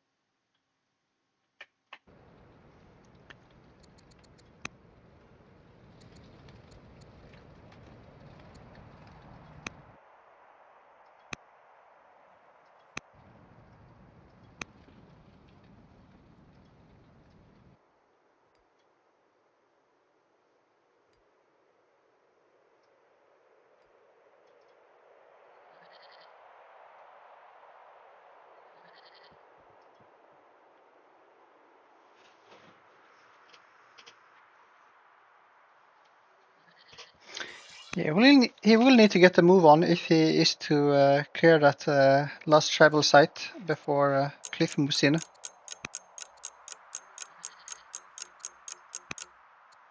You don't want to be doing it while you have phalangites staring down.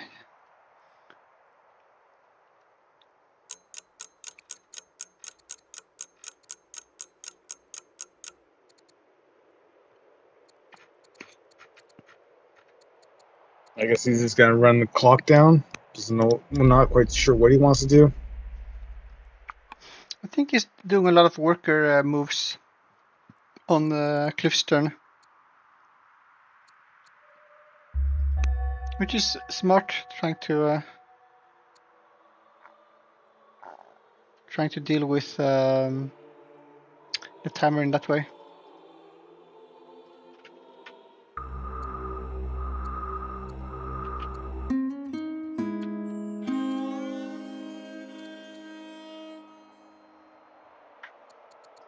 So we have an exploration event. We can have our sister return, become superstitious, or we can pay 590 gold and have her become bold, replaces slothful, or we can get +1 wisdom and 32 science, which could lead to a future event.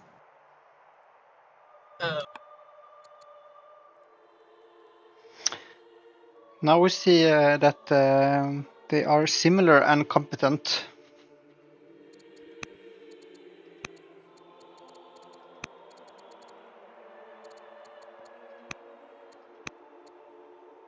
Yeah, Uazi is really putting the work in to try and catch up on that science. And military. Yeah. It's like, please, Cliff, just assign governors to a couple of cities.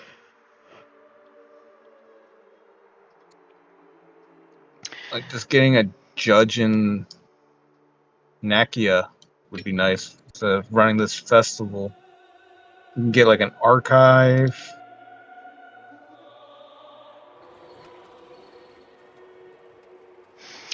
Yeah, I think with the way Cliff is playing right now, like missing out on a lot of good things, especially with the loss. I think the polytheism shrine play is a really big thing. And with Aku getting longbows, it feels like the game is turning more and more into Aku's favor.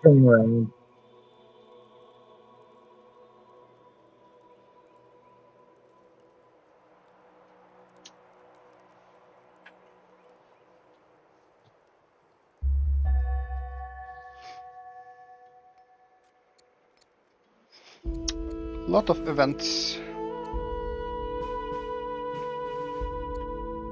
Ooh. Corruption reform. +1 training and 1 civic for family opinion in our cleric seat. Did you take it? You did not take it. What?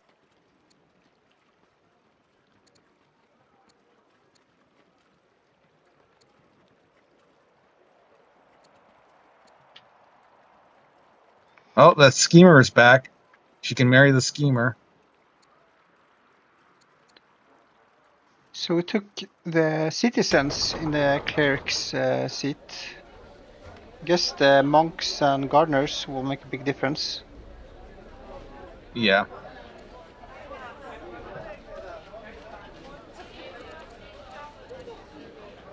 Doesn't have that high civics production in that city though, so maybe a master monk or elder monk would make a big difference. There is a judge he could have sent as well, but he would lose out on a lot of science from his 5 wisdom intelligence scholar. He's rushing out his gardeners up now. Oh, he's got a judge, very smart.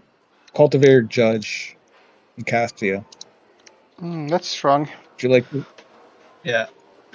But I don't know why Yeah, he went for that. I guess he wanted to grab the extra land, but it would have been better to grab the gardener that is next to the monastery. Oh, yeah. That's just like he put the gardener in the wrong monastery, yeah. Or put the gardener in the wrong grove, sorry. Yeah.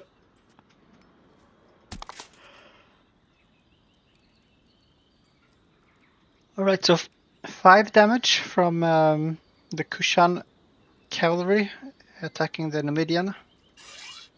And can do 4 damage with one of the archers. Maybe 4 with the commander. Would need a little bit more to clear. I think he's just gonna wait till the last second to deal with it. Feels Maybe like if he when he waits has too like, long, Cliff will just take it. yeah. But Cliff hasn't really advanced that settler of the Sage's seat or the Sage's city Nikia for a while. He's too busy trying to get improvements done. He's been moving his phalangites as well. Yeah, he's trying to upgrade all his phalangites. He needs to bring his hoplites back to the capital. Oh God, that's ugly.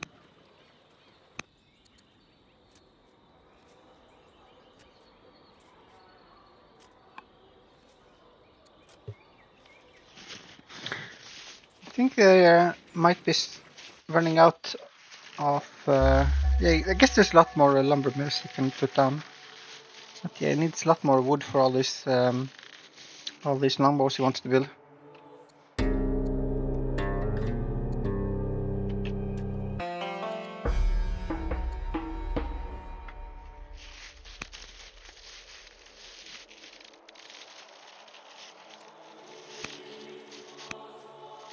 Another inquiry in the Sage's seat. What? No, bro. Please, just get your gardeners. Get your gardeners, get your lavender, and give it to your Sage's family so that they're very happy with you.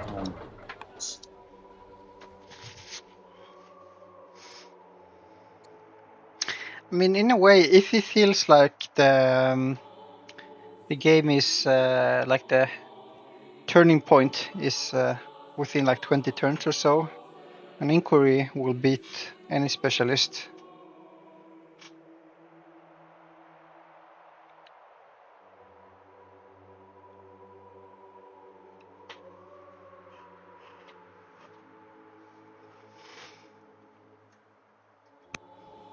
But if it's a longer game, if this is gonna go on for like say 50 turns or so, yeah, then those specialists will do more for you.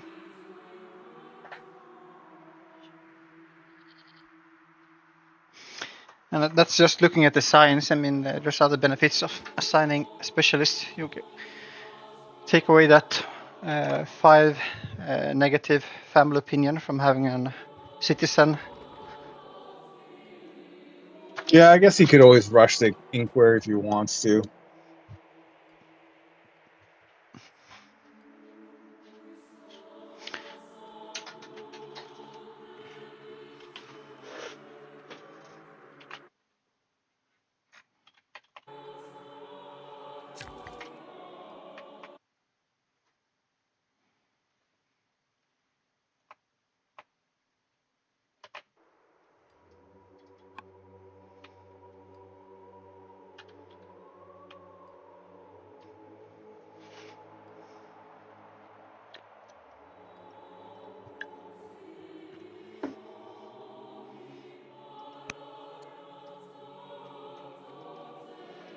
"32 orders at like turn 83 is rough, man." Yeah, for sure. Especially when you have the tools within your grasp to Yeah, fix it. it's like he's just not building garrisons. Like, I just don't get it. I feel the shrines is the bigger thing. Yeah, the Shrine's one order was the garrison 0.7. It would have been 2 orders I guess if like for the Zeus shrine next to the pyramids. Yeah. And that's orders that you're missing out, like, over the course of, like, the longer the game goes on, right?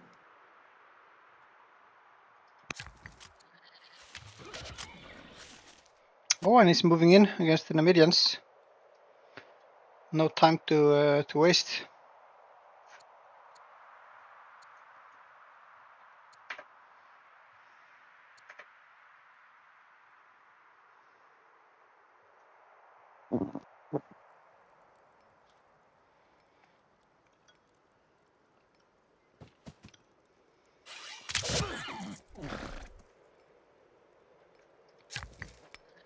Can he take it this turn? It's 4 more damage somewhere.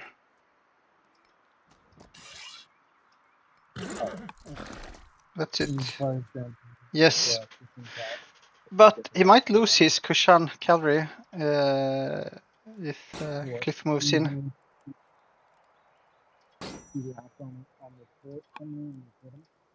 I think I lost you. Are you still with me? I don't really hear you.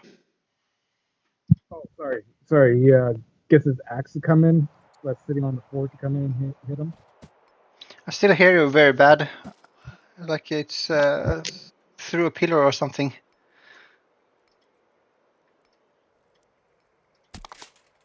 How about now? Now it's great. Oh, okay. What were you saying? Coming in and hit it with the last hit. It's probably like the Yeah, the axe. That would be the unit best. that you. Yeah, the act. Plus, he's gonna get the event for eliminating the Numidians. Yeah. You don't want to leave this like one turn, because then Cliff could just snipe in and take it. So whatever he does, you have to kill it this turn.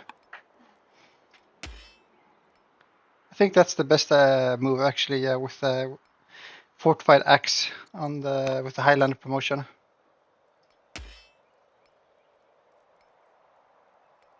Because that's going to be quite strong, also defending that position on urban hill tile. Doesn't seem like he's moving in though. I think that's a very big mistake. Yeah. I don't think he realizes that he just finished it off. Like, even if like, do we really care about losing an axe? Not really. Oh well. Feels like a necessary risk to take. Like you don't get the legacy, and Cliff gets the city site. You can just go in with the spearman.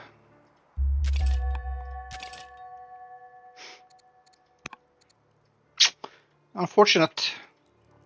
But we'll see, maybe Cliff wants to go for it.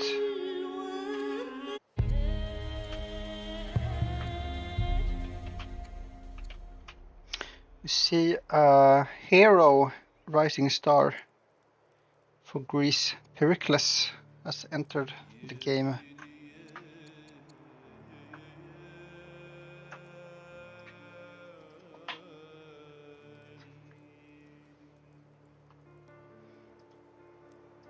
I wonder if Greece is trying to try and contest this Numidian site.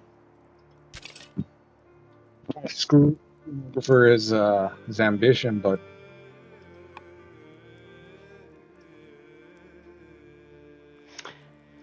Yeah, we'll see. at this point, I don't think. At this point, I don't think he really cares about losing five legitimacy.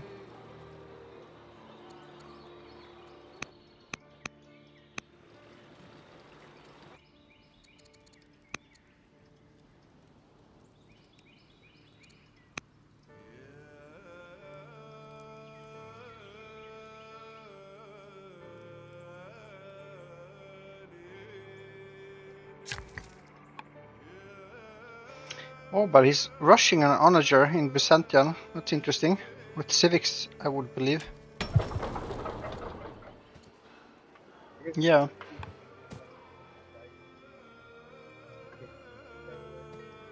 Yeah, I lost you again. I don't know what's going on with your mic. I guess he's gonna thinking that UAZ is gonna settle the site and then he's gonna siege it right away, Yeah. or just position himself to be threatening. If he has an onager on the easternmost hill, right south of Ararat, that would reach the city if it's founded on the hill.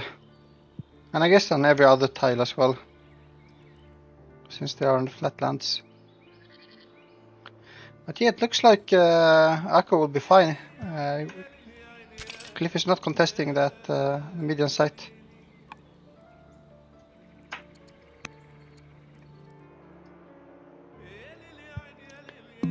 Looks like he was doing a lot of military moves. Moving a lot of hoplites. He did upgrade them to phalangites.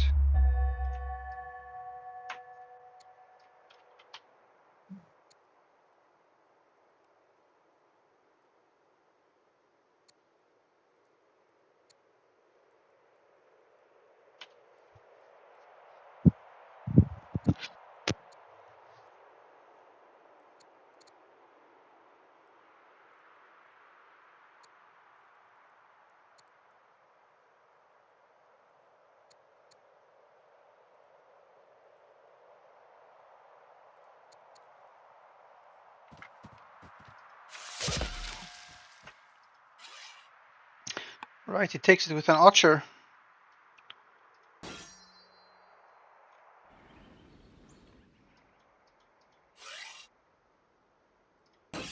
And a lone phalangite actually only does 5 damage right now against that archer with warden promotion and the difference of pleased family versus an upset one.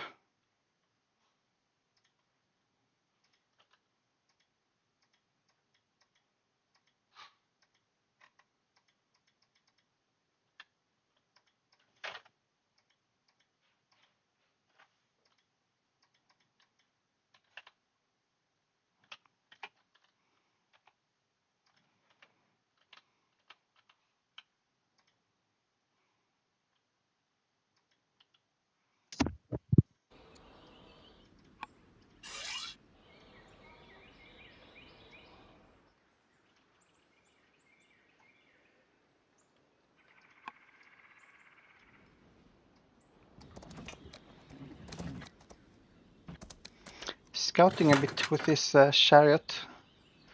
Guess he doesn't know that Cliff has a scout right next to him. I wonder if Cliff's gonna try and take this site next turn on his turn. He's got the settler ready.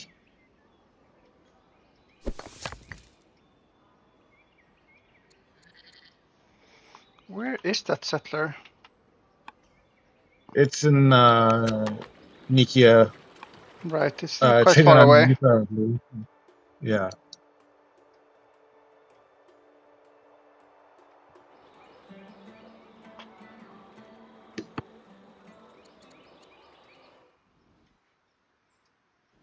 It's a nice site too. It's up on a hill. Yeah, we can grab the ore and the gems. Yeah. As well as the sorghum. I guess the sorghum is a bit easier for Akku to use than Cliff. Well, you don't get to develop that because you're right next to your warring nation. Yeah. I guess the main I don't point know. is Would you take that site if you're Greece? Like you gotta bring over like all your forces just to come defend it. I And like think you see, if you're Cliff right now, you started this session as stronger and learned. So it probably feels like there's some kind of timer where he should try to make a move. So why not now?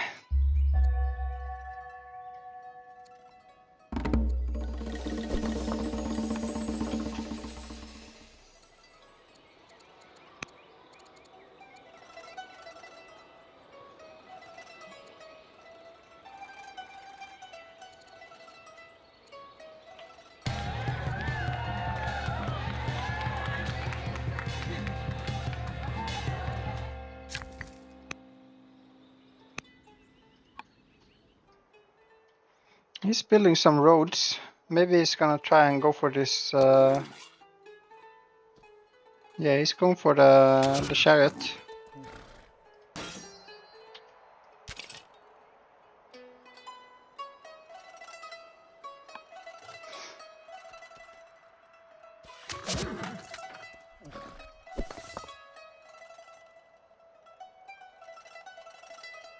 Just need 4 more damage. Can we force march a spear over here? It's Yes, we enough with can. just a slinger.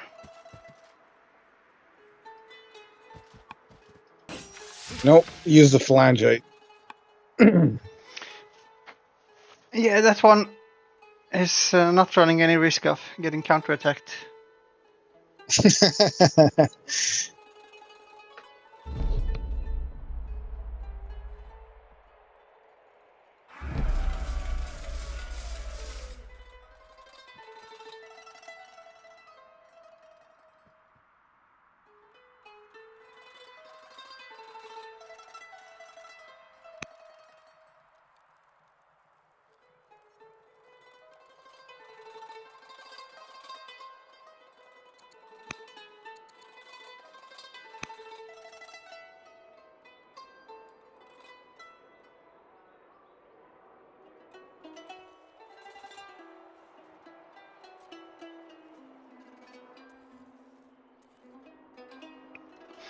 Oh, the hoplites were actually moving back to the city to get upgraded. I see, that's what he's Yeah. using his orders on. Yeah. So how many phalangites are we up to? It's just 2 hoplites left. And he has 6 phalangites.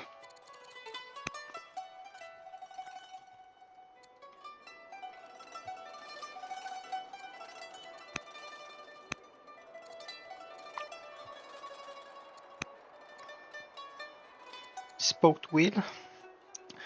1 turn. And he has his eye on hydraulics. Doesn't really seem to care so much about the 4 cold baths ambition.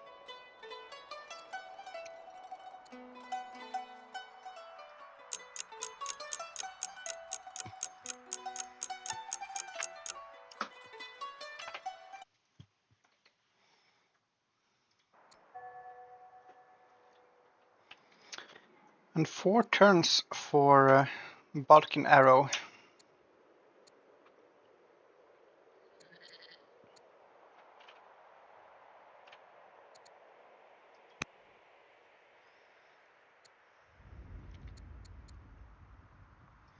And Cliff is now stronger again.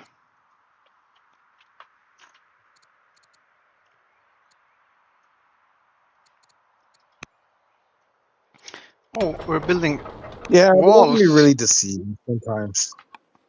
Like, even though you might be like have like a slight military edge, and it's probably not that much. And like he just lost like the 1 chariot, right?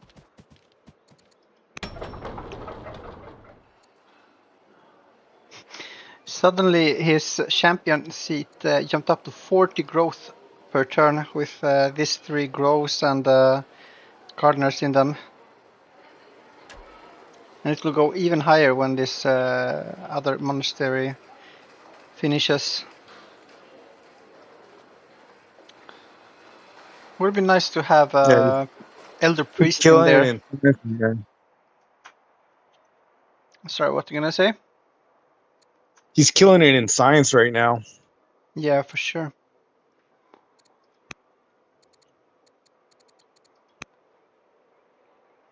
Really jumping up ahead with those groves. Yeah, the And gap is closing. It's 4,700 to 4,800 in, or 4,900 in the tree. So Greece is ahead in the tree by roughly less than 300 science. That's horrible. That's horrible when you have like a sage's nation. yeah, I mean, at this point, I feel like clerics can really start to challenge the sages.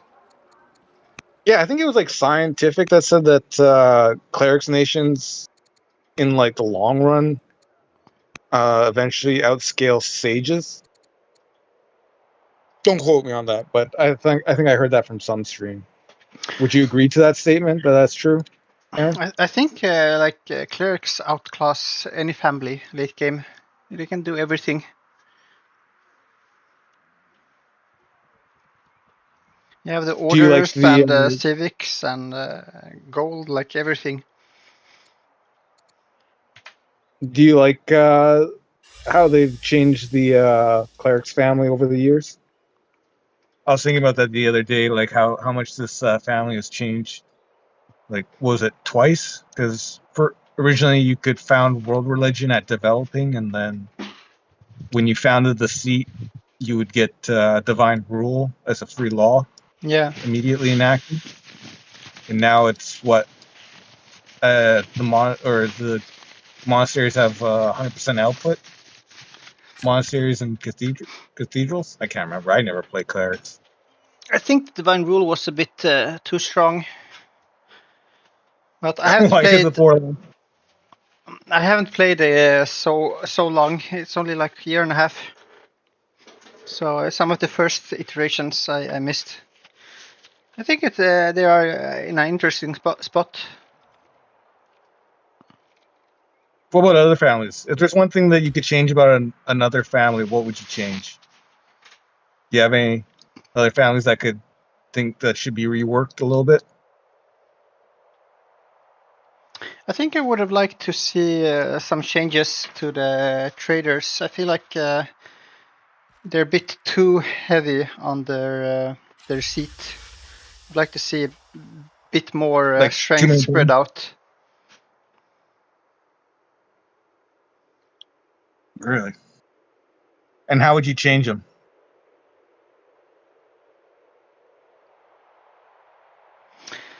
Not sure. I think the fair is a really cool bonus, like having the luxuries, giving extra culture to the cities. Maybe I think it would be like two changes. Maybe you get like a smaller bonus already from the market level. It could be like 1, 2, and then 4 culture for each luxury you send to the city. And then maybe like each trader city gets a market instead of the fair.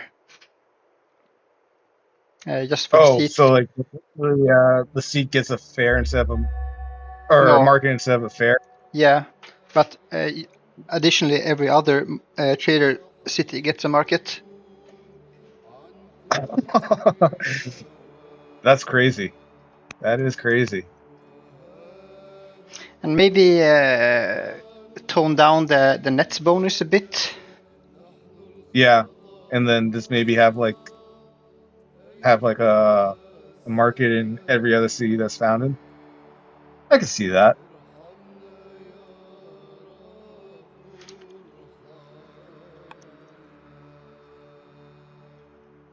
I think you could go down to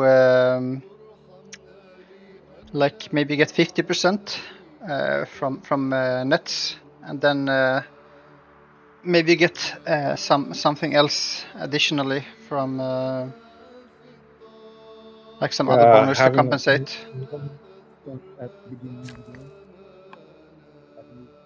Sorry, I think I lost you again. Did you change Or just something?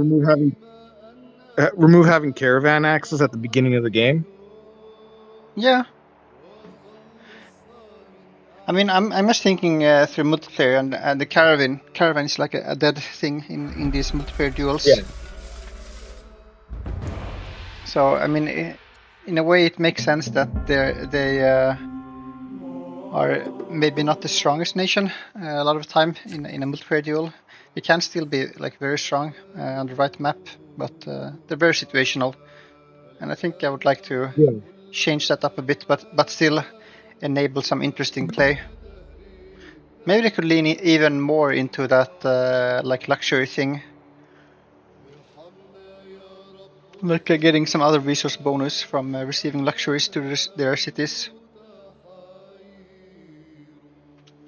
Or just have more growth. Have like a +1 growth in each of their cities. Yeah, maybe like the landowners. Maybe like take down the fair. Maybe instead of having a fair in your seat, maybe just have like a market and then have more growth.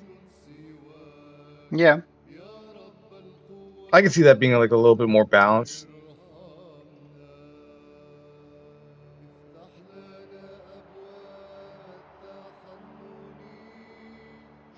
Yeah, I think toning down the nets to 50% instead of 100, and then having the markets give one culture for each luxury, then 2 for the Yeah, grocer,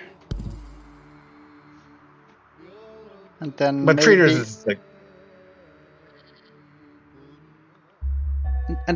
like it's hard. a It's hard. gold bonus for like you get some money additionally when you send a luxury to a trader city. Yeah, I don't know. Could have been interesting. it's hard. It's hard to like really define how powerful traders are because you don't really see them played very often. Yeah, it depends a lot on the map. Yeah, because it's only good if you have like nets, especially nets that net you culture and gold, like your dyes and your pearls.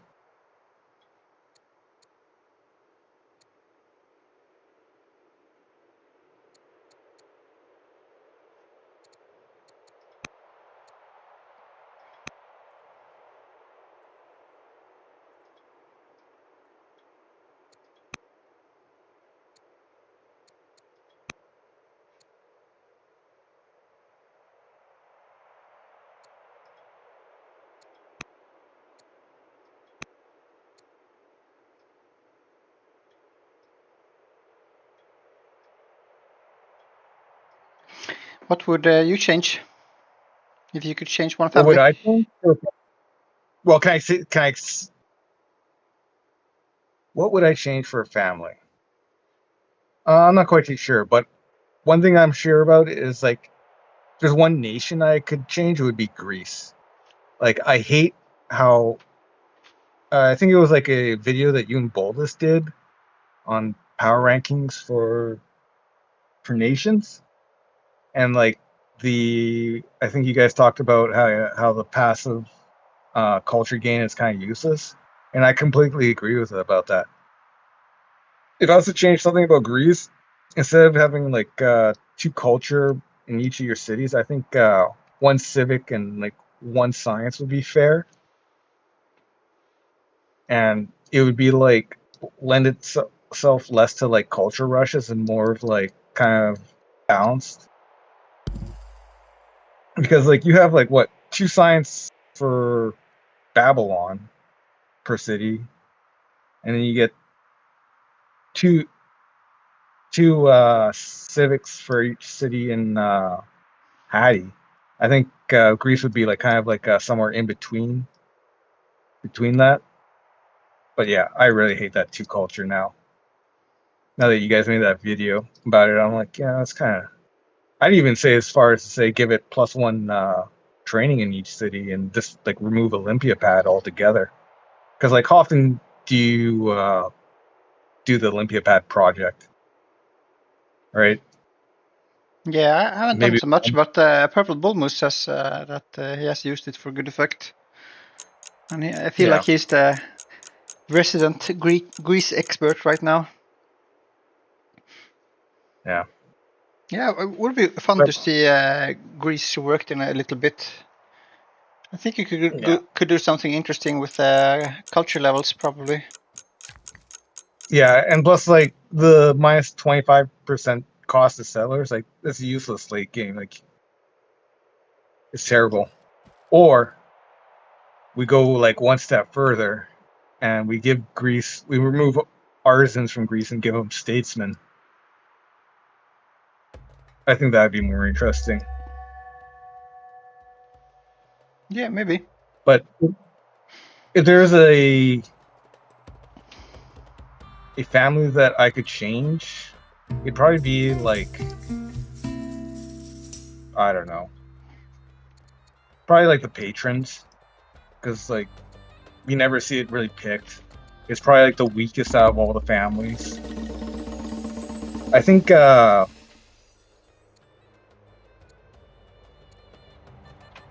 patrons, like, it's like traders, right? Like, it's very map specific. If you don't have like the precious resources, it's not even really worth picking ever, right? I think they're a bit underrated. Really? How Yeah. so? I think the family opinion bonuses they have make them quite solid. You won't like struggle as much with having rebels or weaker yields or like having weaker units because they are upset or stuff like that. And the family seat can be a really strong city for science and like when they're happy, you have extra growth.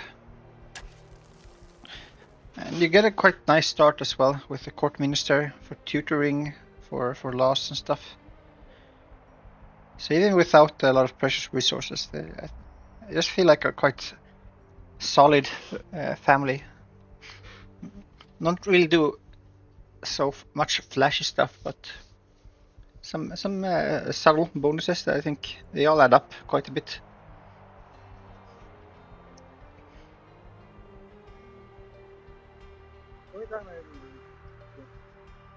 I think I lost you again. Can't really hear you. Whenever I pick patrons, I usually just want to do some like cheesy stuff, like Coliseum Rush. Yeah, I think But that's yeah, I can see it. their biggest weakness. Like when people pick them, they want to do like the big flashy stuff and like go for a lot of culture. And I think that's can lead them into the wrong path in many games where you fall behind on military and or other stuff. Yeah.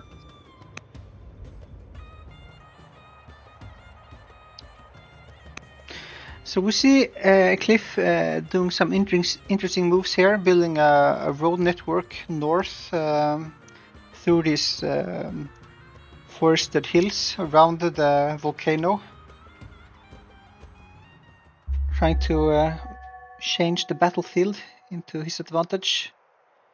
Not really in any rush to settle that city or start flinging his phalangites at the GSE, who are now just 2 turns away from that Bodkin arrow.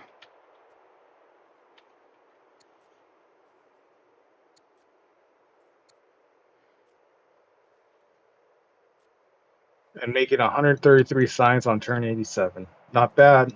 Not bad. Yeah, not bad.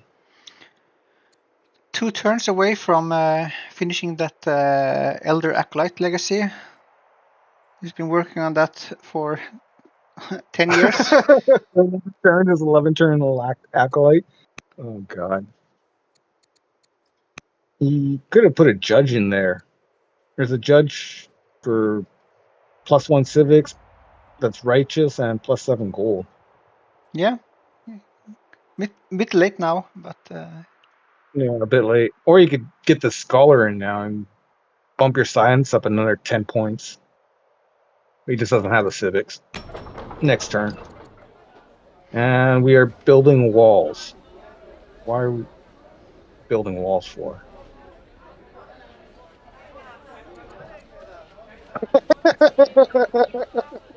I don't get it. He's building walls. 3 cities. yeah, I'm not sure about that either. Like your Especially in family opinion. the southern one behind the mountains. I don't see that one coming under attack He's anytime soon. scared. He's very scared, it seems like. Yeah.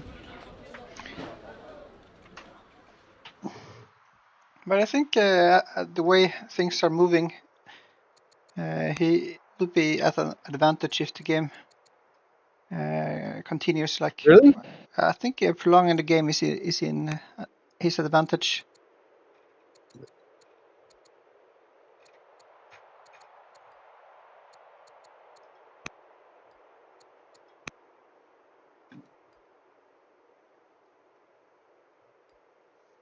Almost even now in improvements controlled, 116 against 102.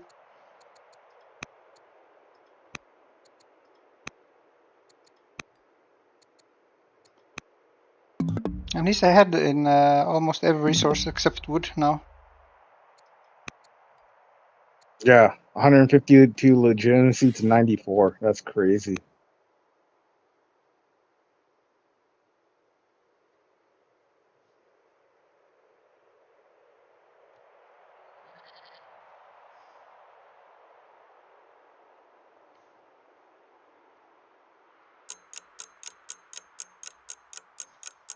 Oh, he's building estates.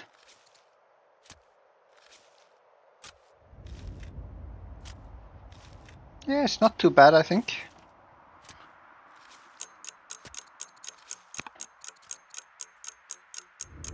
Trying to work on that discontent in Cleric City. Probably not going to be building too much military from the city. You can still rush things from it. Yeah, I think that's pretty nice estates grab.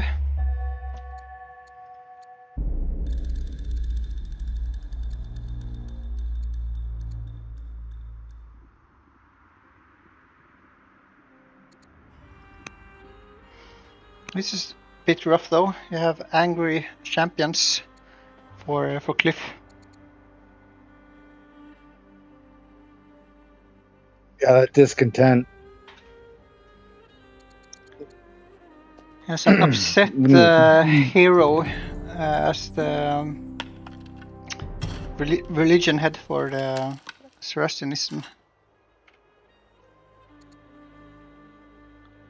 So yeah, religions in Greece is a bit rough.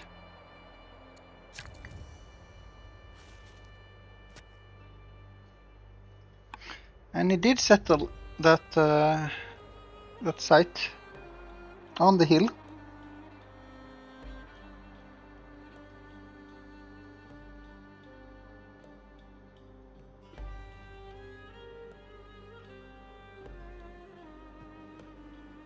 Look at this scout. This disrespecting UAZ just right in front of them. Like, what are you guys up to? I think he might force march it.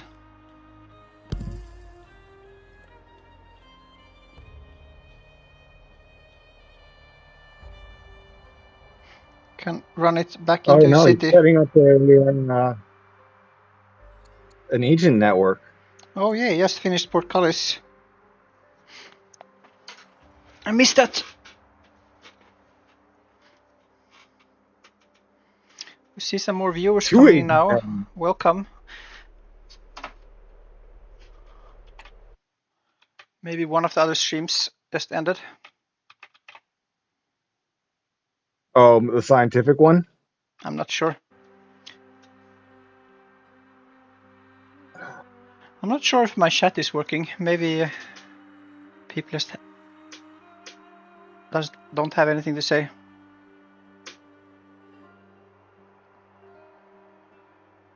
It seems to be working. I can talk to myself.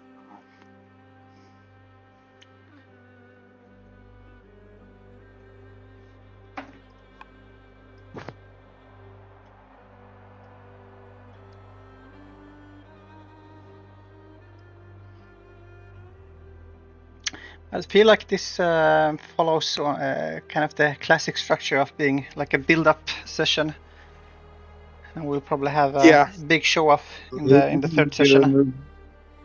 We're just gathering science and building units, and that's about it.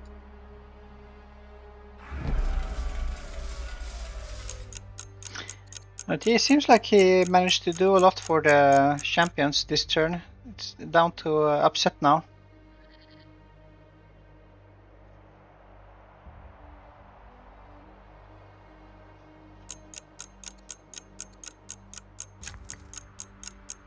Maybe he assigned the ambassador this turn. That's a really good ambassador. I think it's the spy master.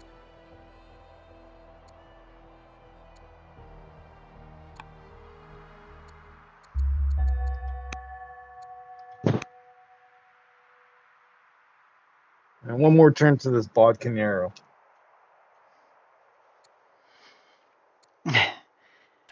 He's 4 signs away from it. It's always a bit annoying when you're so close. Yeah.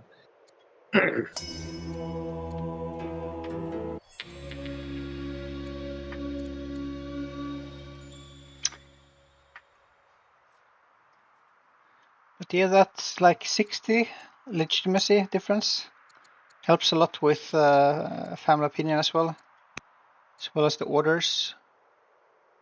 Yeah, exactly 60. Looking at the orders per turn, it's 10 order difference, so it's a bit more than that. But the majority is the legitimacy.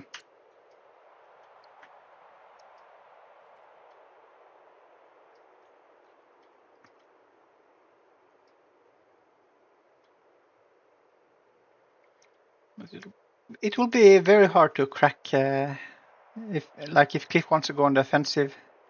Seems like it will be very difficult to move in. I feel like Aku should move that most northern archer back a bit. Seems like a bit too aggressive a position to stand by all alone. Yeah. One with a commander on it. Exactly. Yeah. Nothing worse than giving away free units.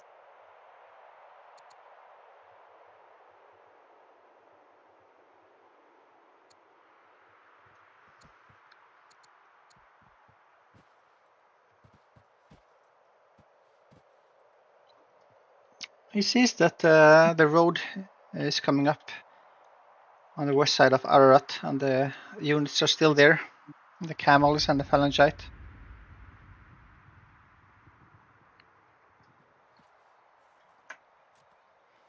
Good scouting. Yeah. 3 scouts in a very close vicinity of each other.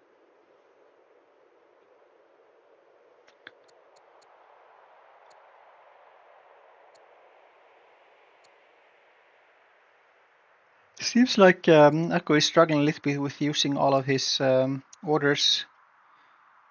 I think he could try to send one worker north of Begram, chop some forest, or maybe in the southern part here near Butkara, there's also some forest you could chop. It's better Start than... promoting units. Yeah. 2,000. Especially with like your bodkin arrow coming down next turn. Like get a couple promotions on some of these archers. Yeah. I guess it has been shopping a bit, or maybe that was the wildfire actually, in Bazira. Doesn't seem too worried about Cliff being stronger and seeing all those phalangites. He's just building the walls. I mean, I guess that's one response, but other than that, it's just 2 axemen coming out.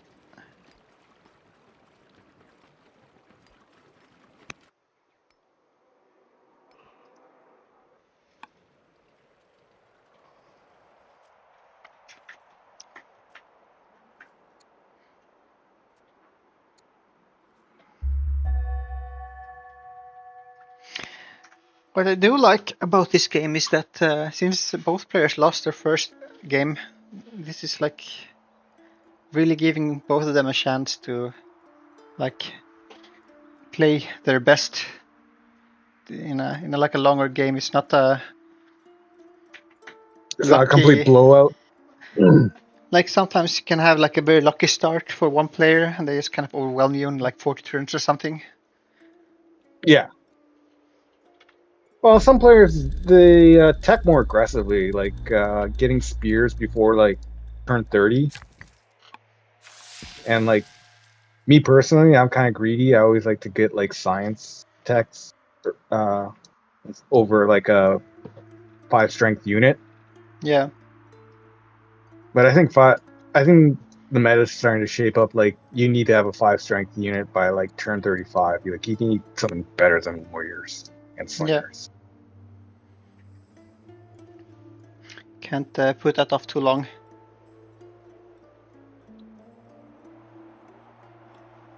But for example, if Cliff had not assigned his leader on the starting unit at the start, and if he lost that starting unit very early to the tactician, that could set him back quite a lot, and maybe Oh yeah. Aku would get the Sword of the Gods or some mercenary chariots and stuff, and like a snowball. That I think that would feel a bit maybe unlucky and unfair for Cliff to lose in such a way.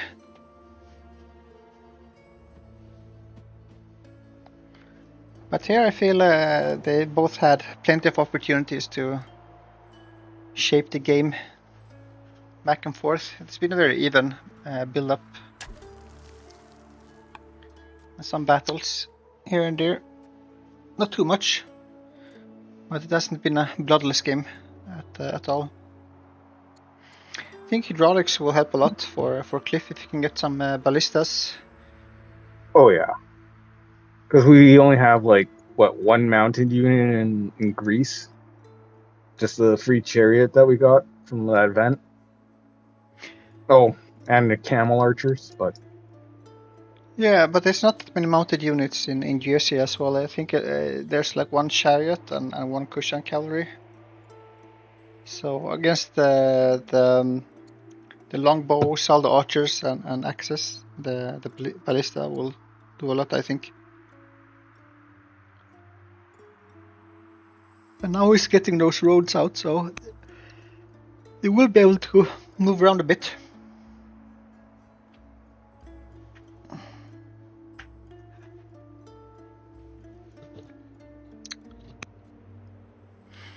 I will be right back. yep.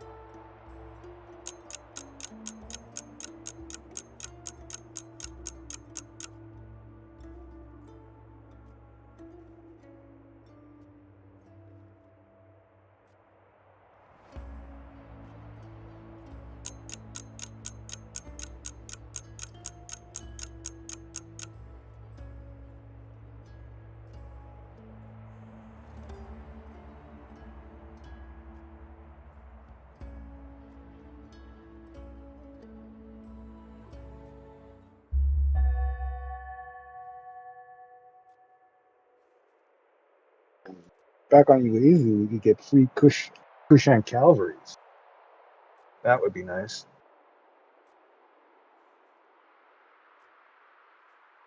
And we are building walls.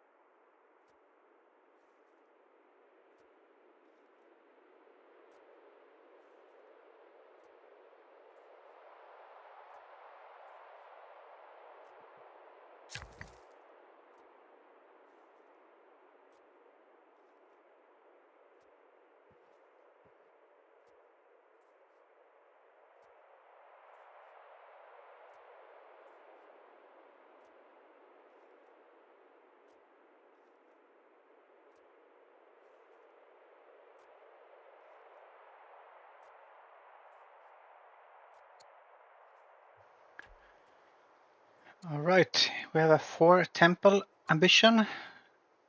3 Kushan cavalries being teched.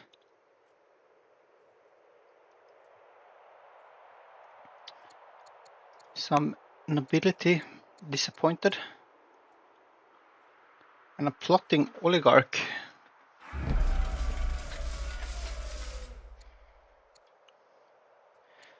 finished that Elder Acolyte ambition. That's nice.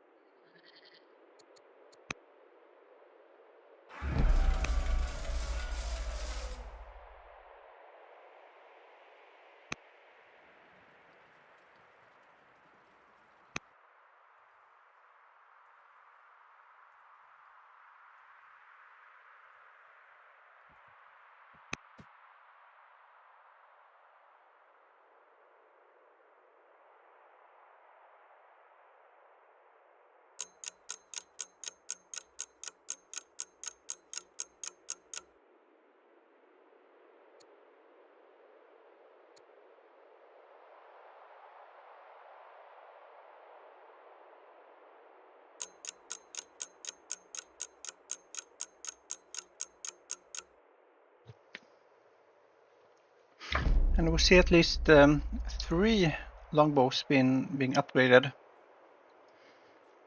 But it doesn't have more wood. And it costs 1,200 gold to upgrade it without wood. Wow, that's crazy.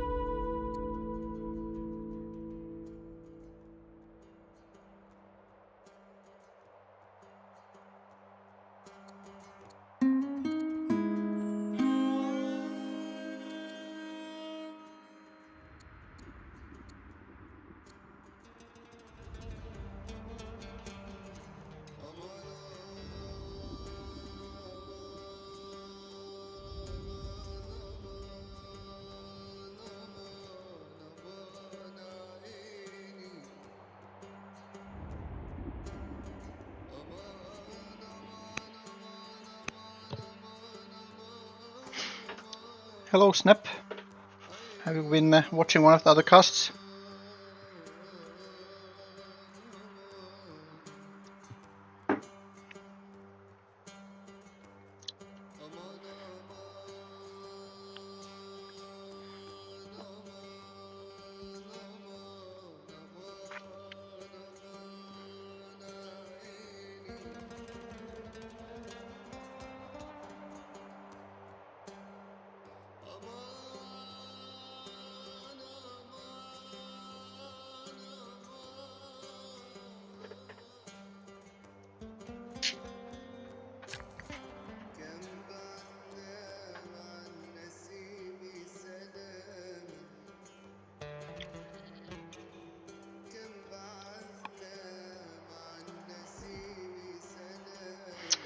Aku is still showing us weaker even after those longbow upgrades. CLIFF is up over 2,000 in military score now. Turn 90. That's not too bad.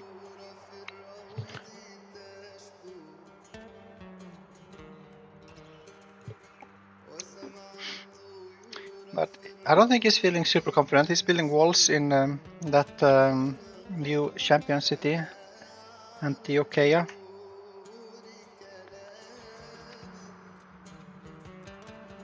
Yeah, well, I guess he saw like the archers and just decided that he didn't want to try and make it harder for him to lose the city. Yeah.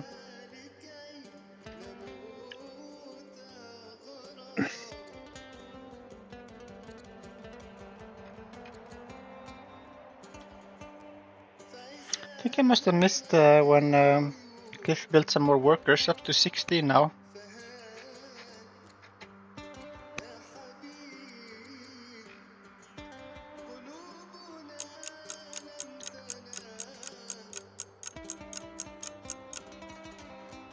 Yeah, so 14 workers produced in Greece and 12 in USE.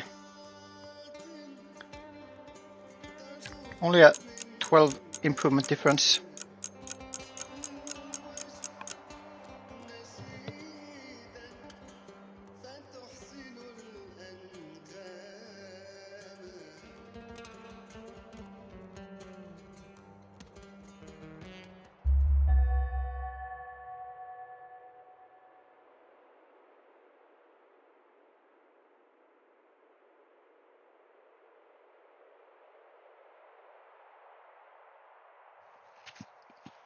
And now Greece is down to similar, I think, after those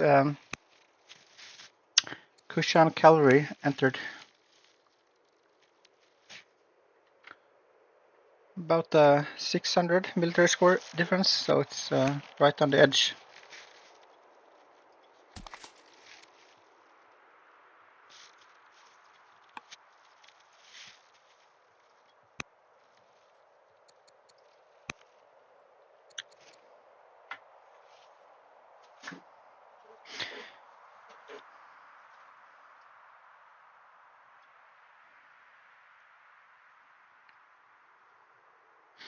I wonder if Akku is saving for the Jebel Barkal. That would be a really nice grab for him. I'm wondering, it's like, when do these players figure out the Jebel Barkel's like a wonder in the game right now? Because it's like such a game changer. We have 43 turns to legendary in the best US city. Jumping back to Greece for a second. That's 20 turns in Patras. Ooh, the Heliopolis is also in the game. But Greece doesn't have like the stone income to do any more wonders right now.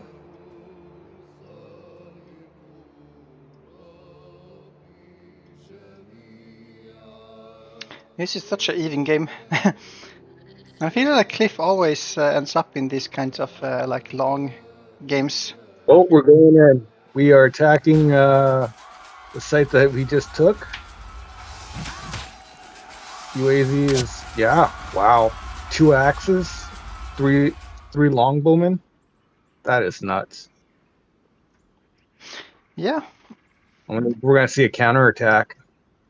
would be fun. I doubt it. Sorry? It would be fun to see a counterattack. It's a bit Yeah. cocky to He's the go in thing. like the turn you like move from being weaker to similar, but we'll see if Cliff has a response. He's just been so order constrained. Like, what's he gonna do? Like, how much damage does this?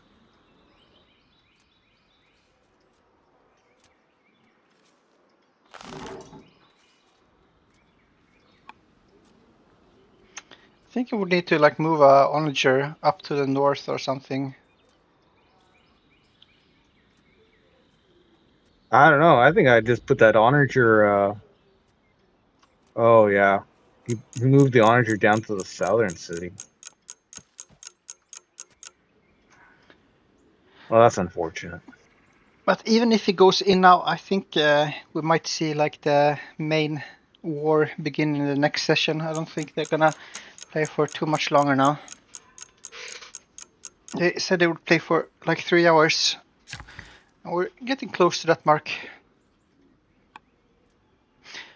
I think I also need to figure out if I can optimize the performance a bit of my PC. I feel like it's slowing down quite a lot already.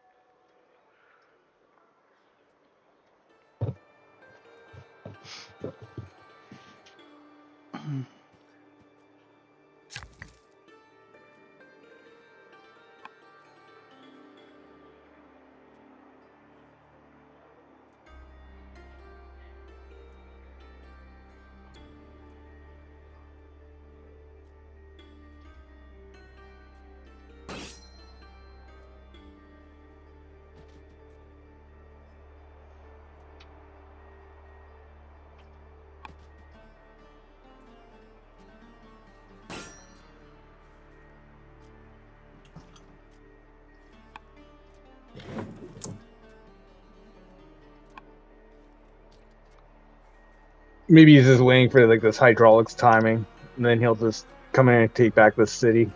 Just like one more turn till hydraulics is done, and we have very good wooding coming in Greece. Yeah, it's excellent. Not as good iron though, and ballista cost mainly iron.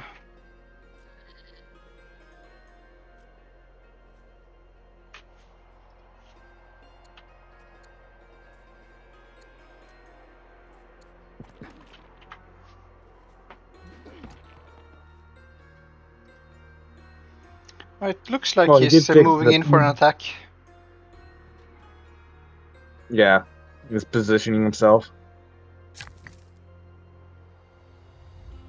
And since Aku is seeing this, I wonder how he'll respond if he feels like he can take the fight or not.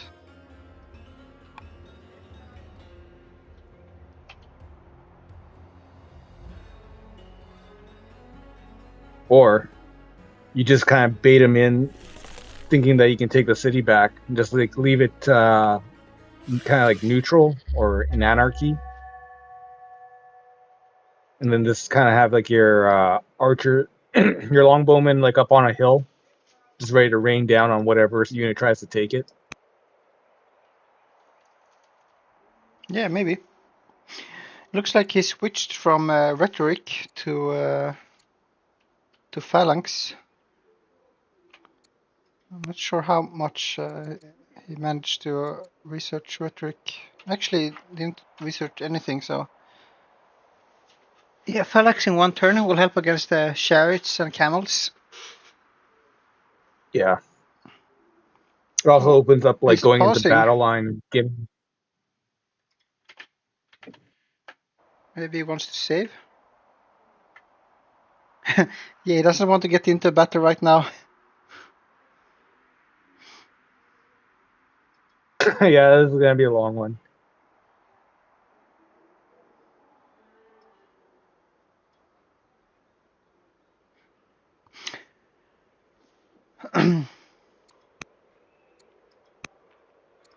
Let's see how Cliff responds. Yeah, he agrees. So I'm gonna Well, it's an interesting one to the stream. I'm gonna take a look at the stats again. We see Aku with stronger stockpiles for the coming war, but Cliff with a lot more specialists and the population. A bit more workers as well. Military. The national wealth in UAZ is 9.8K and 3.8K in Greece. Then still slightly ahead in improvements controlled, 120 against 115. And the two wonders, the pyramids and the German aqueduct. Growth, a bit quite kind of similar. Civics. Cliff is ahead a bit. Training is better for the USC. Culture is better in Greece. Happiness is a lot better in USC. Only -9 right now. So that might make a difference in a 20-year turns or so. Science, I think they're almost even now. Cliff is still ahead in the total by about 500. Soon UAZ is going to overtake Greece in science. Yeah. Money, orders, USCR ahead. Food, iron, stone, wood. Military score, about 400 difference. And then legitimacy, wow, it's up to like a 80 legitimacy difference. Yeah, that's why he's getting so many orders.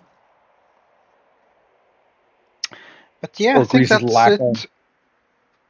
Have any closing thoughts before we end the stream? No, I think just thanks for having me, and I had fun. How about yourself? I'm very happy that you joined for co-casting, and thanks everyone for watching. See you next time. Bye. All right. See ya.